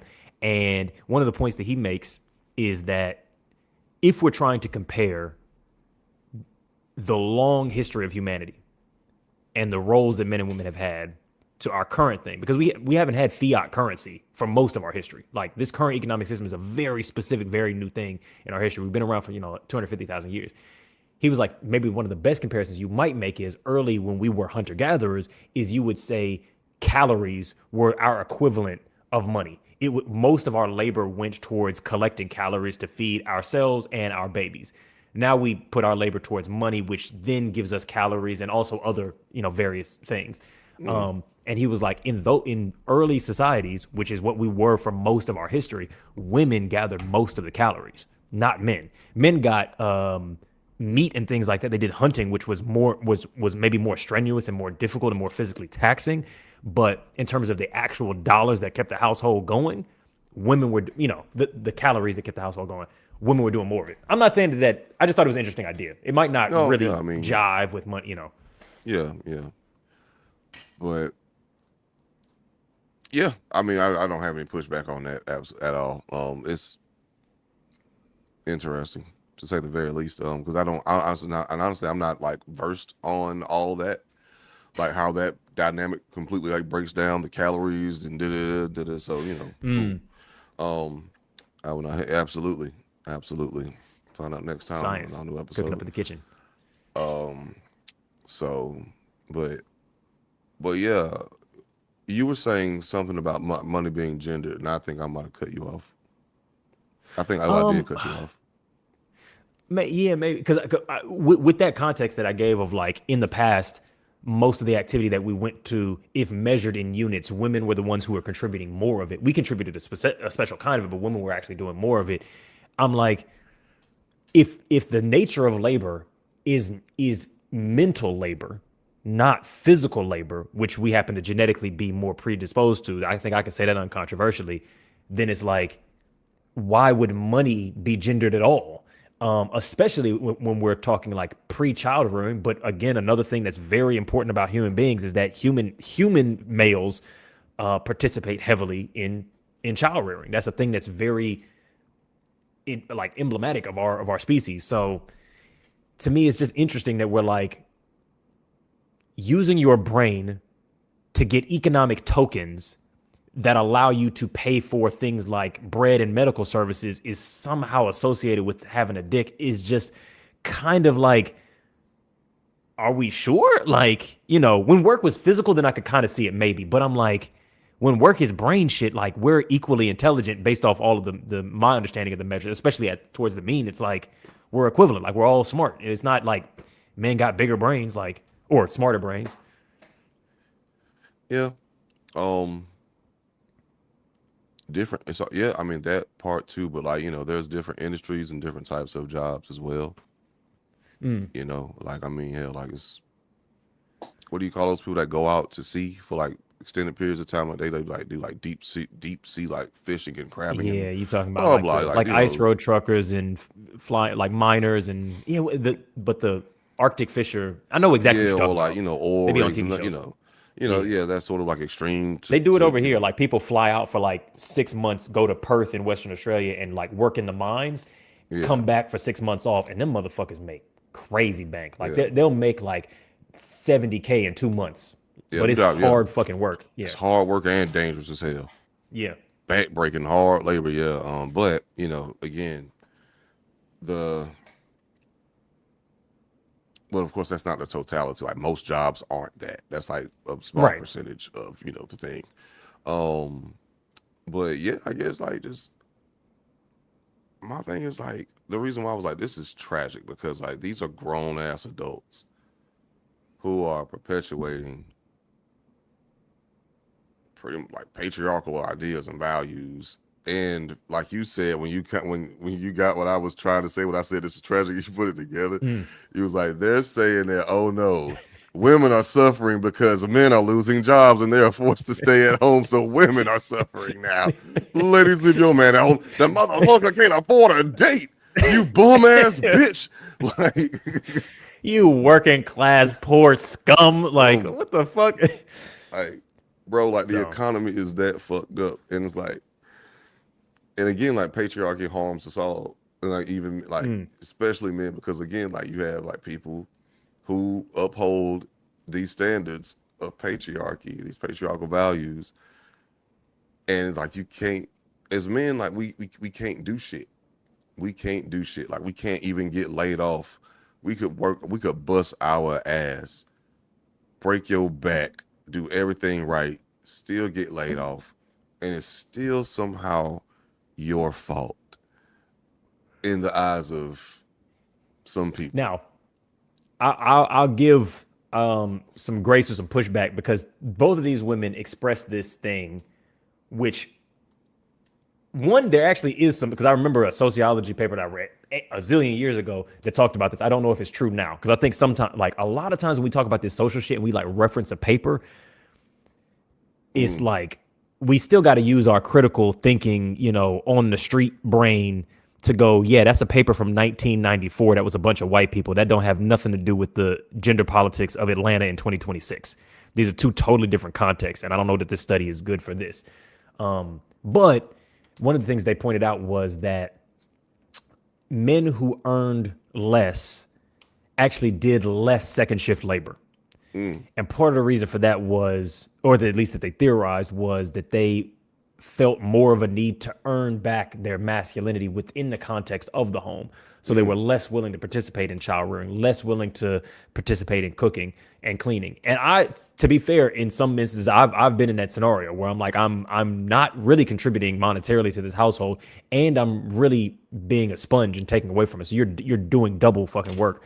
You know, a woman partner that I'm with. And I think when they say, you know, we really are terrible, huh? We are really just awful. I think there's like if I'm don't have a man with a job, now I just got a stay-at-home motherfucker that he's taking money from me and making the life harder. So it's like, yeah, if my choice is an employed bum or an unemployed bum, yeah, I don't want an unemployed bum. So, and she said like, oh, they're intimidated by us and stuff like that. I suspect that might be, that's probably true for at least some percentage. Absolutely. Not that 9 out of 10 shit, but like, absolutely. No, like the women definitely experience that. Like it's certain times where I'm like, I'm kind of intimidated, but not like in that way. It's just like, damn, can I keep up with that? Or like, you know, how is she going to look at me like less than or such? But my therapist said some real shit to me. Not too long ago, I said something. And I was like, I said something about somebody had like X, Y, and Z going on. And I think I might have compared myself. And she was like, well, do you need to compare yourself or do you just need to have your own goals? Or do you just need to focus on your own goals? I was like, you're right. I said, God damn it, you're absolutely right. I never thought, thank you for like, yeah, absolutely. Clarifying, yeah. Yeah. And I think that's hard for guys to do sometimes.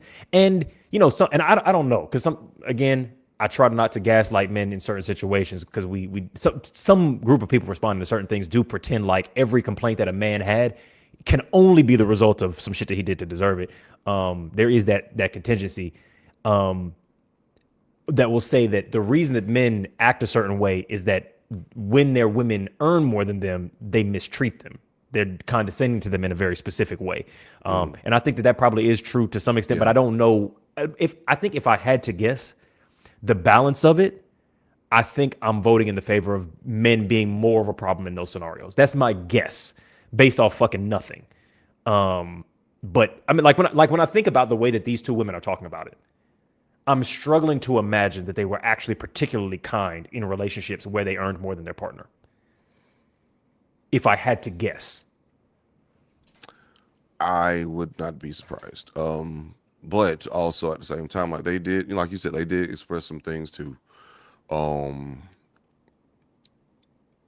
Like you said, like, men being intimidated or being treated, not being treated particularly well based on their education or whatever, or maybe they just led to that. Because I think like there was a conversation we had a while ago.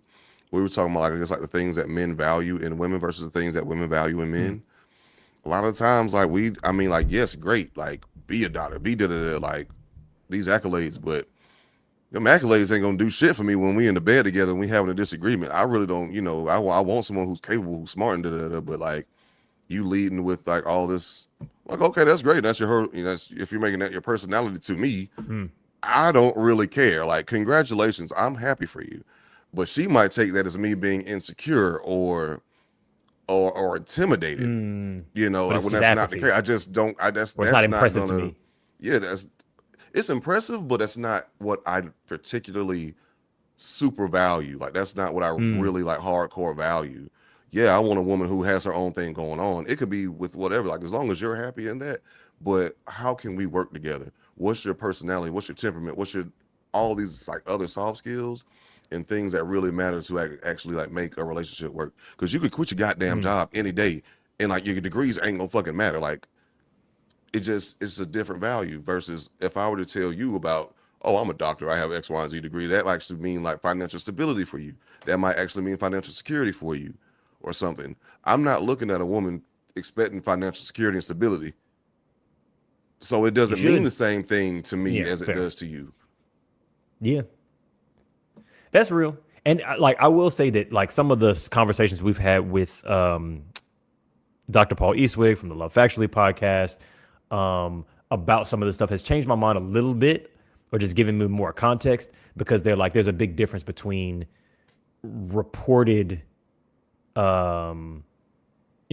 preferences and like stated preferences and observed preferences is a point that he's made. And we talked about this when Alvin was on, which was there is that conversation that like, a CEO would date a waitress, like a male CEO would date a female waitress, but the reverse isn't true. And it's like, actually, the evidence suggests otherwise, that even if men aren't coming in with, I'm looking for a woman who does this, and this, the women that they choose like intelligent men tend to choose intelligent women. High earning men tend to choose high earning women, so on and so forth. So I do suspect that like there's like some subconscious valuing of it, maybe for different reasons. Like, but we, men like smart women, even if we wrap it up in some other simpler shit of like, oh no, she's just nice. And it's like, all right, yeah, but within that, what you mean is all this other stuff, whereas women maybe make a list. And yeah, because he talked about his studies of like, he would have people go on speed dates and then measure which things the men would report X, Y, and Z thing, but they chose the women who were ambitious. They chose the women who were intelligent, that kind of thing. So yeah. But it's I guess wanted to put a pin on it. It is incredibly unfortunate for all parties involved. That it's just unfortunate for all parties involved that we are in this economy where it's not even we are seeing a rise in men being laid off, or just Mm. the rise in men, I guess, like being forced to stay home and whatever else that entails. Because not all men, are just gonna be like, well, shit, I damn sure ain't doing shit in the house now because I gotta prove to myself that I'm a real nigga, I'm a real man. Like, I ain't got no job, I damn sure ain't about to do no fucking laundry. I gotta put this bitch under my thumb, like not. Exactly. I hope that a lot of men aren't reacting that way. I know that does happen, absolutely. That's why I was like, fuck, we really just ain't shit. We really are goddamn just terrible, huh? We just a terrible goddamn. Sometimes, just a little bit. Like, come on. Yeah, but it's not even. It's like, it's unfortunate for everybody. I think, like, goddamn, it's like it's not just like this. Both people are being impacted and affected. Like now you really can't go on a goddamn vacation. You really can't live as easily as you could if both people had a goddamn job, or both people was working towards your common goal. It's not just unfortunate for the ladies. It's unfortunate for both of y'all. It's hard. Everything is harder when your partner can't work. When you don't get to have a partner who works, that sucks for you. But when you're a person who can't work, that's like, it fucks up everything about life. Like, and this is just the classic, like, the Mexicans are going to take your one cookie, says the fucking oil, company magnate who has all the fucking big ass pile of cookies, and they're trying to get you to blame immigrants. It's like, there is an economic crush that is taking all of the money from us into a rich class that owns the capital, the data centers, the factories, and they're getting us through the lens of gender to blame each other. Like, to blame the man and the woman that you live with, who holds your hand, who, fucking holds your hair back when you're sick, and who takes care of you, to get them to be like, bitch, you the reason that I don't have employment. Or like, you're the reason that I am not a woman enough because my man is a stay-at-home man. Meanwhile, all that money went to somebody. All those jobs that got lost, that money went to somebody. But instead we're here squabbling across the aisle with the people that we're meant to form loving relationships with. And it's just sad that to see the game played the way it has a million times over. Yeah. Yeah. I don't know, bro. It just feels like just fucked. Yeah. Not much All you right. can Let's do. see. Yeah. Well, look, shout out to everybody. We need to start like a fund to help folks out. Because I have seen some like organizations do that. I think that'd be pretty good. Okay. I'm gonna hit this Marvel So White thing with the chat. Don't worry too much, Josh, but I'll run through this and feel free to interject with whatever you're thinking. Okay.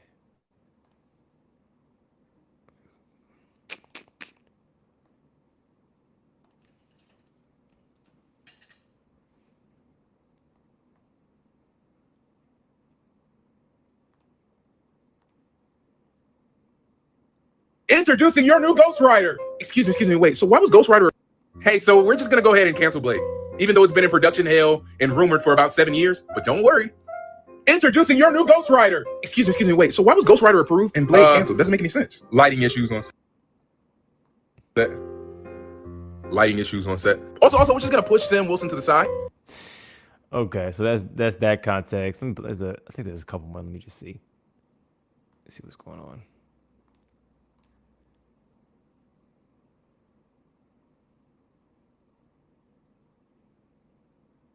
Did you see the Odyssey? I did. Me too. Good movie. Oh yeah, for me it was like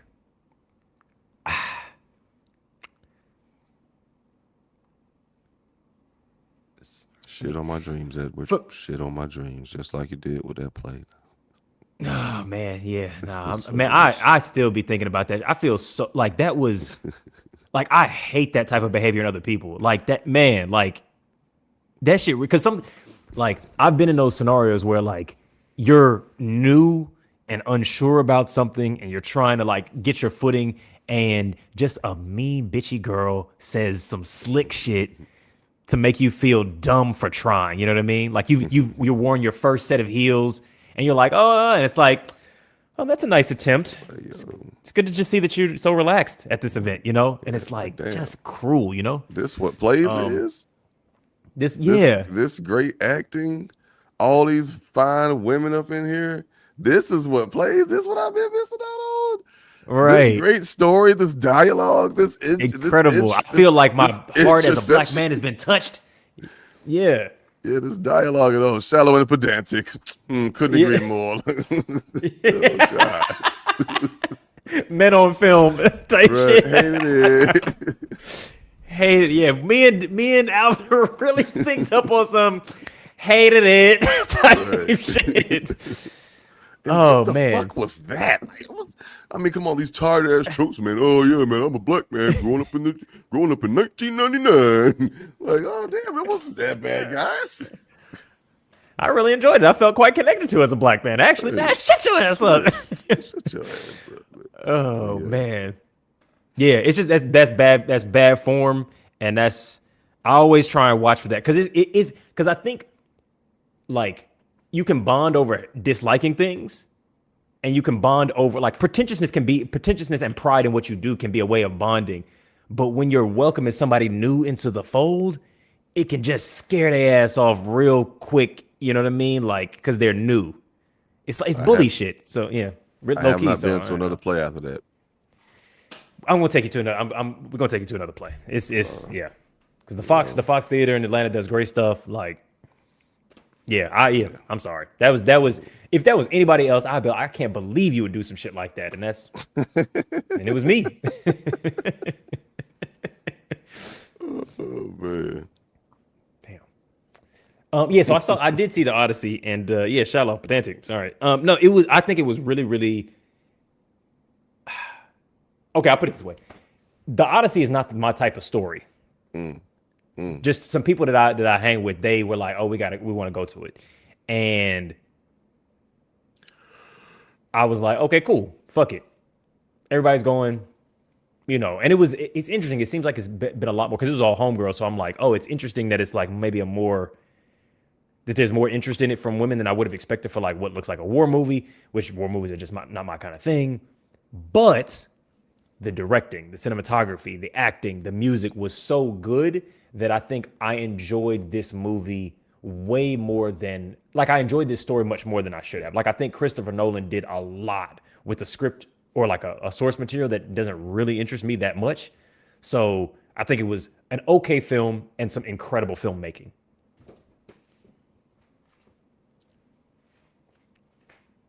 That's fair. That's fair. Yeah. I mean, hey, yeah. Because I mean, again, like you have a higher threshold of or a higher bar for your cinematography experiences. Then because honestly, I can't remember the score. I can't remember, certain things that you might have just listed off, or I just wasn't like really necessarily might have been thinking about. The acting, okay, acting was cool. Whatchamacallit's character was slightly annoying. Who? Telemachus? I think so, but his name. Talking about Tom Holland? Tom Holland. Yeah. Telemachus was a fuck. I was like, bro, you're not a fighter. Why you keep trying to fight? Go paint something, bro. Right. Got there and like, bro, like you're being a bitch, like that. I don't know. But it's a lot of niggas in the house. It's a lot of niggas in the house. But it was just ultimately his character. I'm like, whatever. Bro.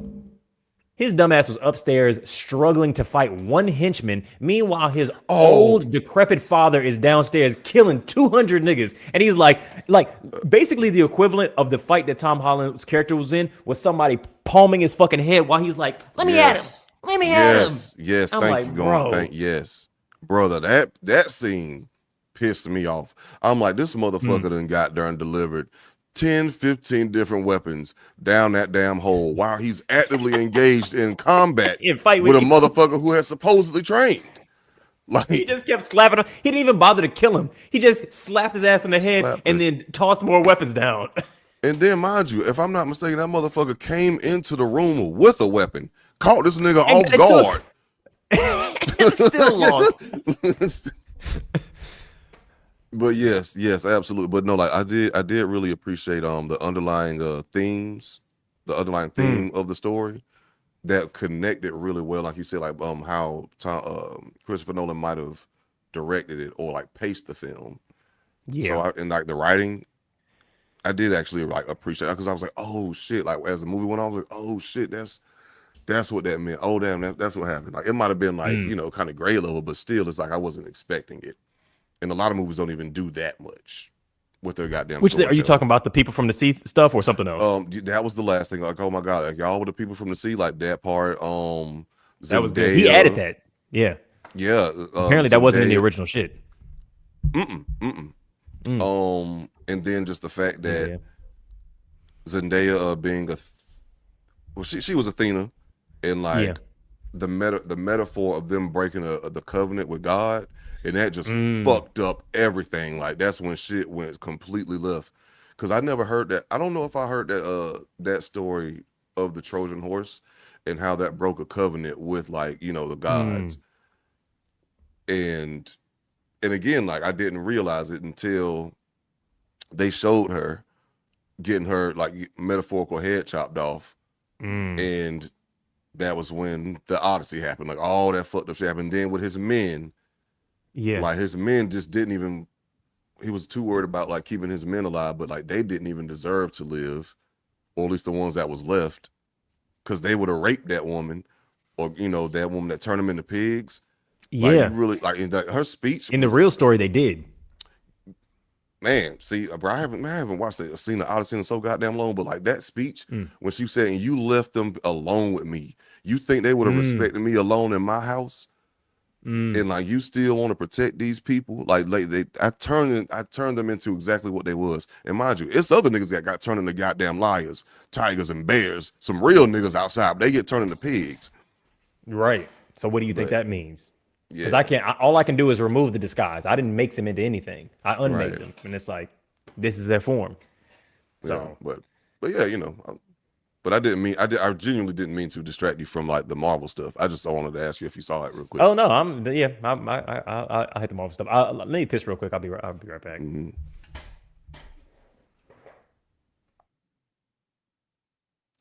The Odyssey makes people feel emotions, can root for people's success or downfall. There's some romance, some vengeance, trickery, betrayal, and fantasy god shit. Yeah, absolutely. The dialogue was kind of bad in my opinion. Felt a bit too modern. Yes, that is a common. That was a common critique I've heard. Like especially with their accents. Like everyone was just speaking in a regular old American accent. Like no one even tried to like speak in like Old Testament language. I don't know, but they were just like, oh yeah, man, what's going on, Perseus? Oh, what the fuck ever. So yeah, that was definitely one thing that was kind of jarring at certain times.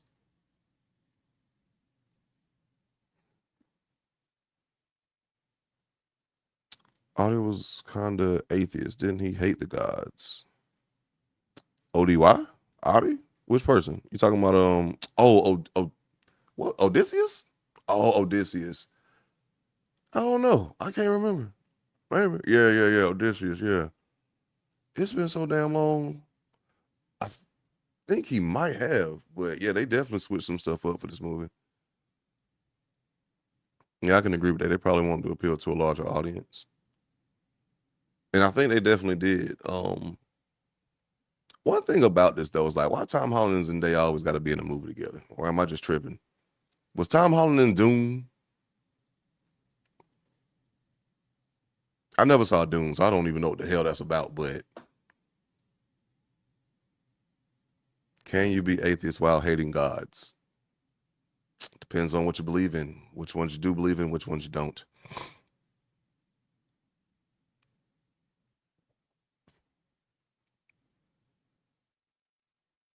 I mean, yeah, Spider-Man for sure. Yeah, I feel like she was like, hey, like give my boyfriend a role. But then again, Telemachus was a big fucking role. Like his role was bigger than Zendaya's, so maybe it wasn't because it. Yeah, no, like I mean, like if it might have been the opposite because like Telemachus, like that nigga had to seem like he had to audition for. Like Zendaya was just there, like she could have not been in the movie, but she was just there just because all she was doing was just looking. Most of the time, just very godliest. Yeah, I'm a goddess. Yeah. Ooh. Yeah. Yeah. Okay. Let's see. All right, so Marvel. Let's see. Let me hide this real quick. All right. So for context, Marvel has canceled Wonder Man, which is the only good like Marvel property they've done in the last 10 years. Like I cannot stress enough how series that thing was. I mean, yeah, Yahya Abdul-Mateen did a great fucking job. He's a great sci-fi act. Like he's a great actor, period. But he's a great sci-fi actor specifically. And what's on Ben Kingsley?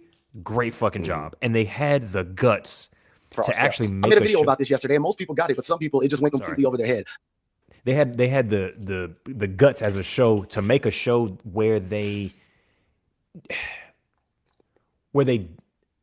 didn't make it about exploding superhero shit. Like WandaVision, it had this quirky, interesting starting premise, you know.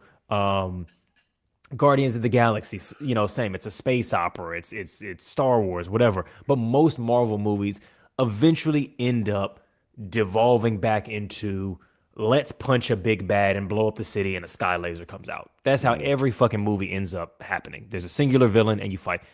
Wonder Man managed not to do that. They maintained a story that was about friendship and trying to achieve your fucking dreams. None of his superpower shit had anything to goddamn do with anything. And the courage that it took to make that was great, and they fucking canceled it. Blade got canceled. Sam Wilson, don't nobody give a fuck about him as Captain America. And that deserved to get canceled. Photon. Look, I'll get into it in a second. Let me see what this guy says, but I think I probably agree with you, honestly. Like, I don't know how mad I am. Nobody give a damn about goddamn Mickey, what Anthony Mackie being Captain America, that shit just never sat right even with me. Like I was like, oh, cool, a black man, but I was hoping that was the end of it. Like, you know, I didn't think it was gonna get it, you know. Okay, let's see. I mean, even checking out this comment, he says, we just want to promote our own comics instead of addressing the actual issues. The actual issues is that minorities do not have enough power in this space to create exactly what minorities want to watch. So instead, we have to sit on the sidelines and watch multiple projects get canceled. And instead of some people wanting to take action, they want to go, please, Mr. Feige, I know you canceled the last 4 projects, but we really want this. And I really want you guys to go watch the video and his reaction. Everyone's entitled to their opinion, but you'll see the difference because we're supposed to be building, not asking. I love every single one of these characters behind us, but the reality is this is where we are today. And in order for this type of situation to stop happening, we have to find other talented minority creators and help fund them up to this level. Okay, so that's just the context of what this guy said. Then another guy responded to him. And shout out to Impound Comics. It's not Marvel Comics response. Because I've seen a lot of his videos doing he does like trivia at conventions where he'd be like, name 10 black characters, with name 10 characters with electricity powers, or what's your favorite, comic book movie or whatever. So I tried to get him on the podcast. So shout out to him, but it's about to be some disagreements. Oh yeah, I saw the video after this one. Got in his ass. To give us the representation that you want. I said this before. It's not DC Comics' responsibility to give you the representation that you desire. This is a dumb fucking take. It's a dumb fucking take. First of all, who said it's their responsibility? Second of all, they already made the fucking characters. You are pretending as if we need someone to speak up for our voices. Dickface. They already exist. Wonder Man already had a show. It was already Emmy nominated. It was already well received, and it was already given a season 2. Blade was already put into the end of a fucking movie. He's already a character who already generated money. You sound dumb because you're trying to push this fucking idea that you are a champion and you are above it all. I think you could still be stoic and your own shit and say that this is fucking stupid and there's a fucking pattern. It's a very ignorant thing to do, and they're hoping that you're ignorant, which is why that's a stupid fucking take. No one says they're responsible. It's not about creating characters. They already fucking exist. Yeah, and some of this all just harkens back to the conversation about, Comics Explained and all that kind of stuff, where it's just like, yeah, it's okay to have an issue with what's up. Man, I'm sorry, but these niggas in the chat going stupid. Bro. These niggas this nigga reaction station Josh Stark is Captain Juneteenth.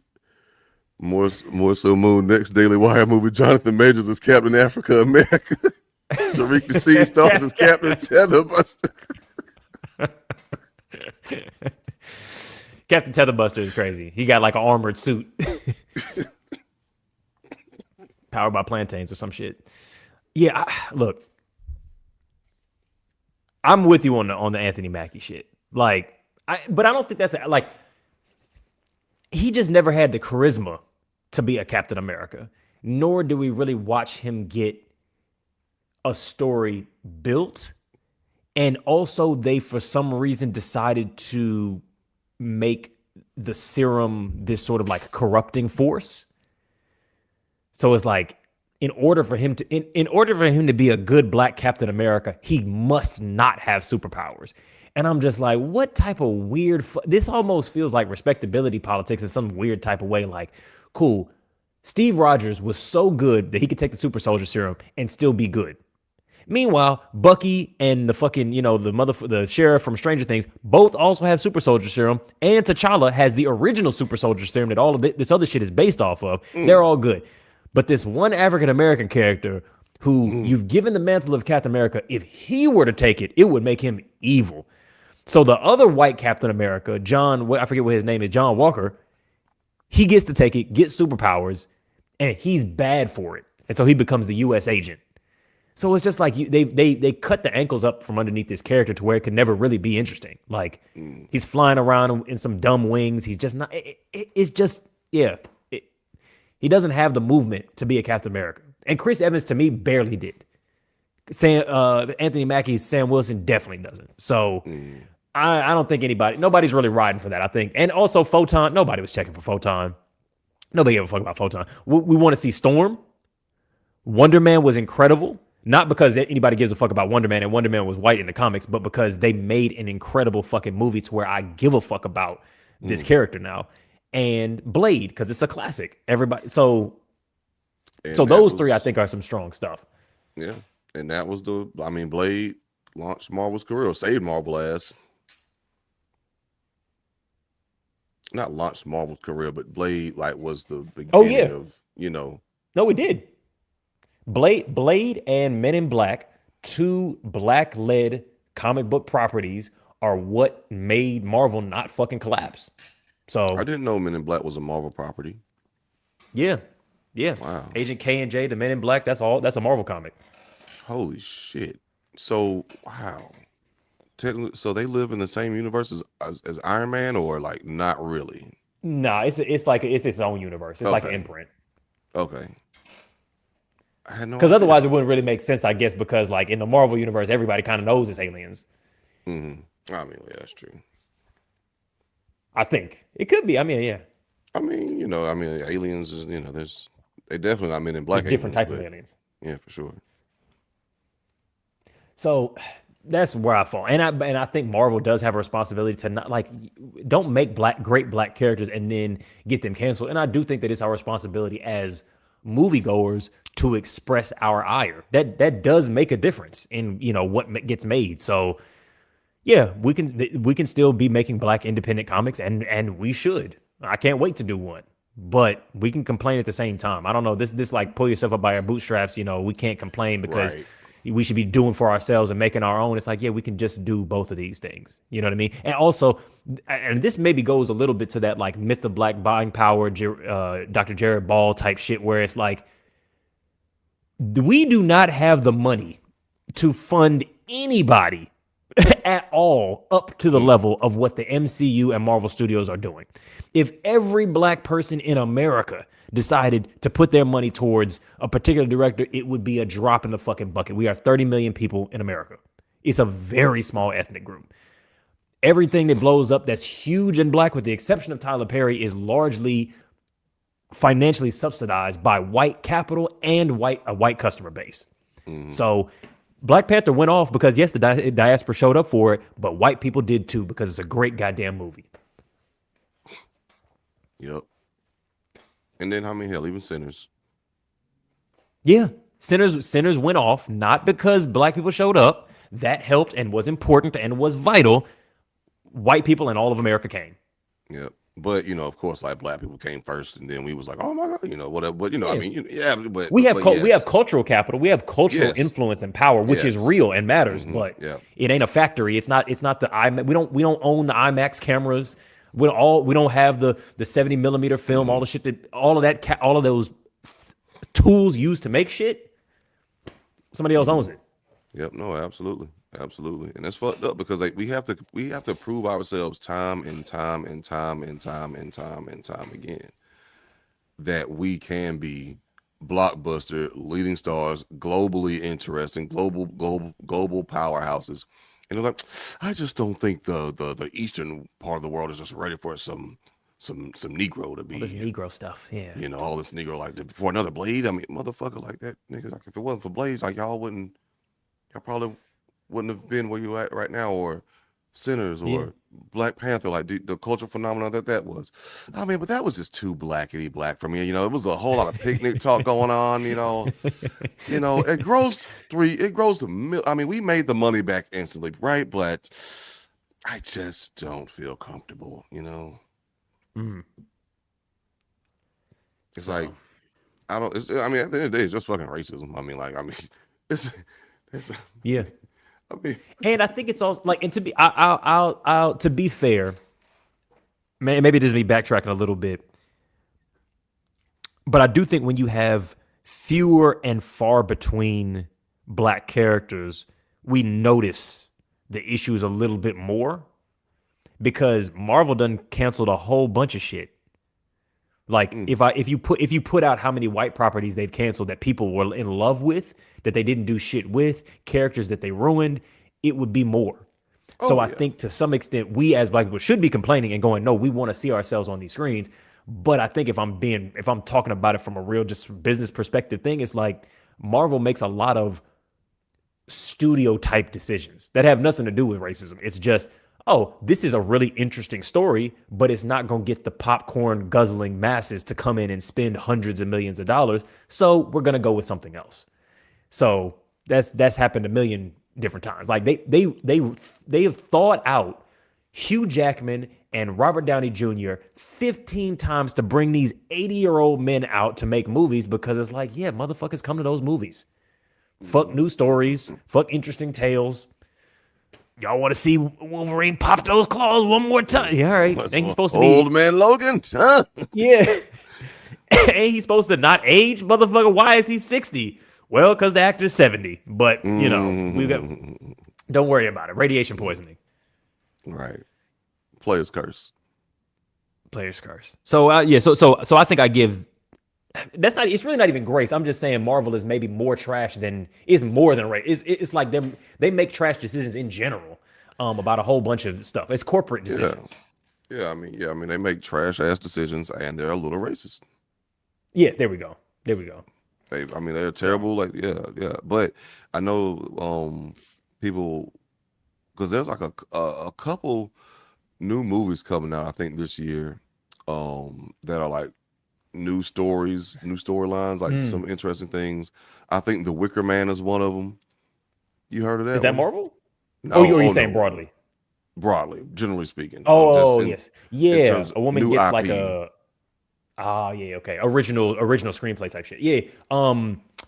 Yes, I did, but I haven't watched the trailer for it. Oh man, it's freaked out, bro. It's like 50 Shades of a Pine Tree.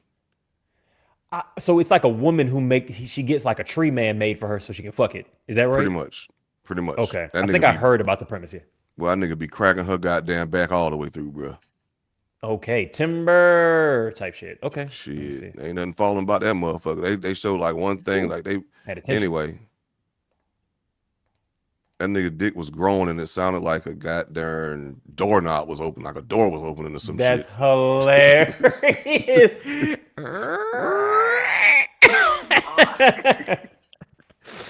Baby fucking on Pinocchio. Oh, is this Olivia Colman? I'm looking at even just the thumbnails for this shit are hilarious. Like, this is this is very like, this is women porn type shit. Yes.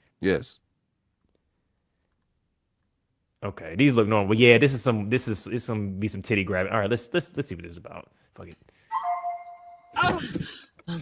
Okay. Yeah. Today's catch. Touch. You needn't yell. We can smell you coming. Lick my worm. So then, fisherwoman, you caught yourself a lover yet? Love seems more a burden than a prize. Sorry. Where's my mom?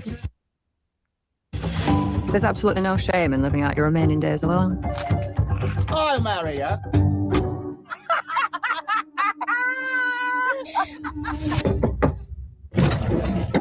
Oh. I want you to make me a husband. Be at the chapel in a month.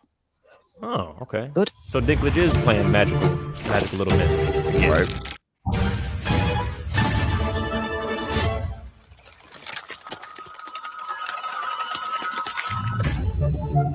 I am here to marry you. Oh, is that What's that?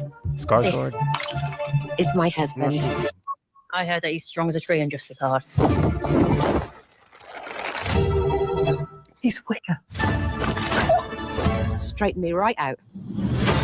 You are the reason I live and breathe. It's not natural. Men are not like that. Fuck off. Fuck off. Yeah, fuck off. You know, you've made quite an impression. The wives, they're all aflutter. I don't blame her. I climb that. You've become quite bold, haven't you, Fisherwoman? He has his days, I have mine, and we have our nights. Is someone being murdered?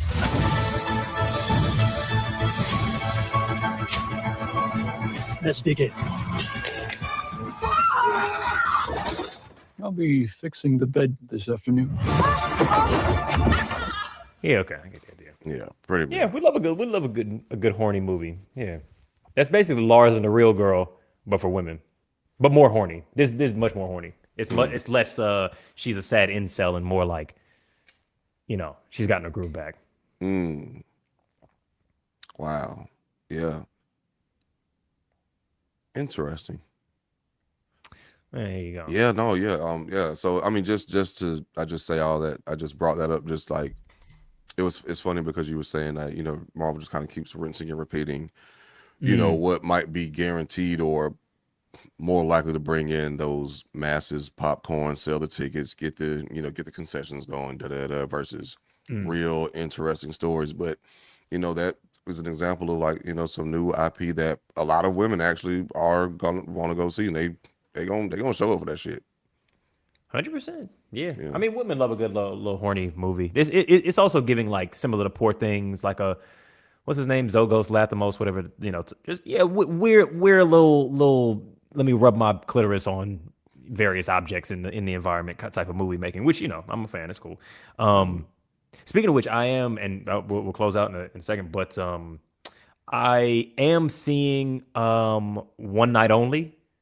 Right after I get off of this, I'm gonna head straight to go to seeing that because we're having Paul Eastwick from the Love Factually podcast on next week or this coming week during the midweek stream to discuss it. So all of y'all who are interested in for One Night Only, we're doing a review breaking it down with like the relationship science of like how this actually checks out to the way that people actually behave. So the premise of this movie is only married people can have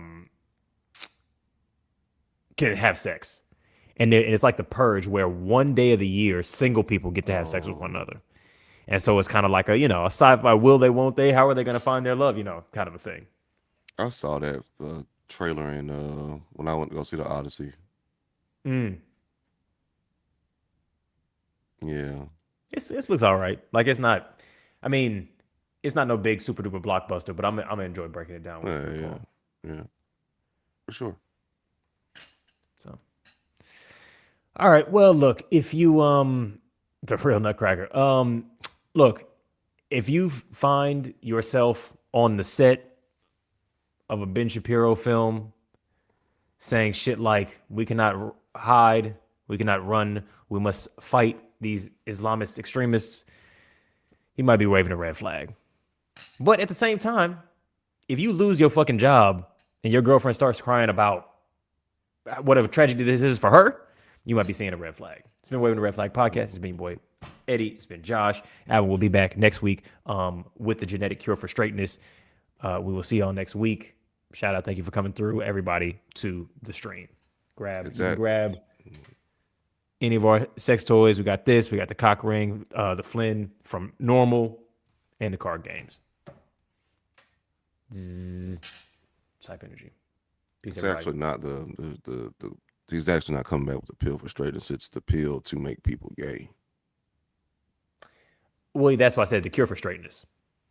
Oh, semantics. Oh, okay, or different. Semantics, Picasso. yeah. Okay. I All right, switched it in up. Reverse. Triple negative. Indeed. It's double straight, which is back to gay again. All right. Peace, everybody.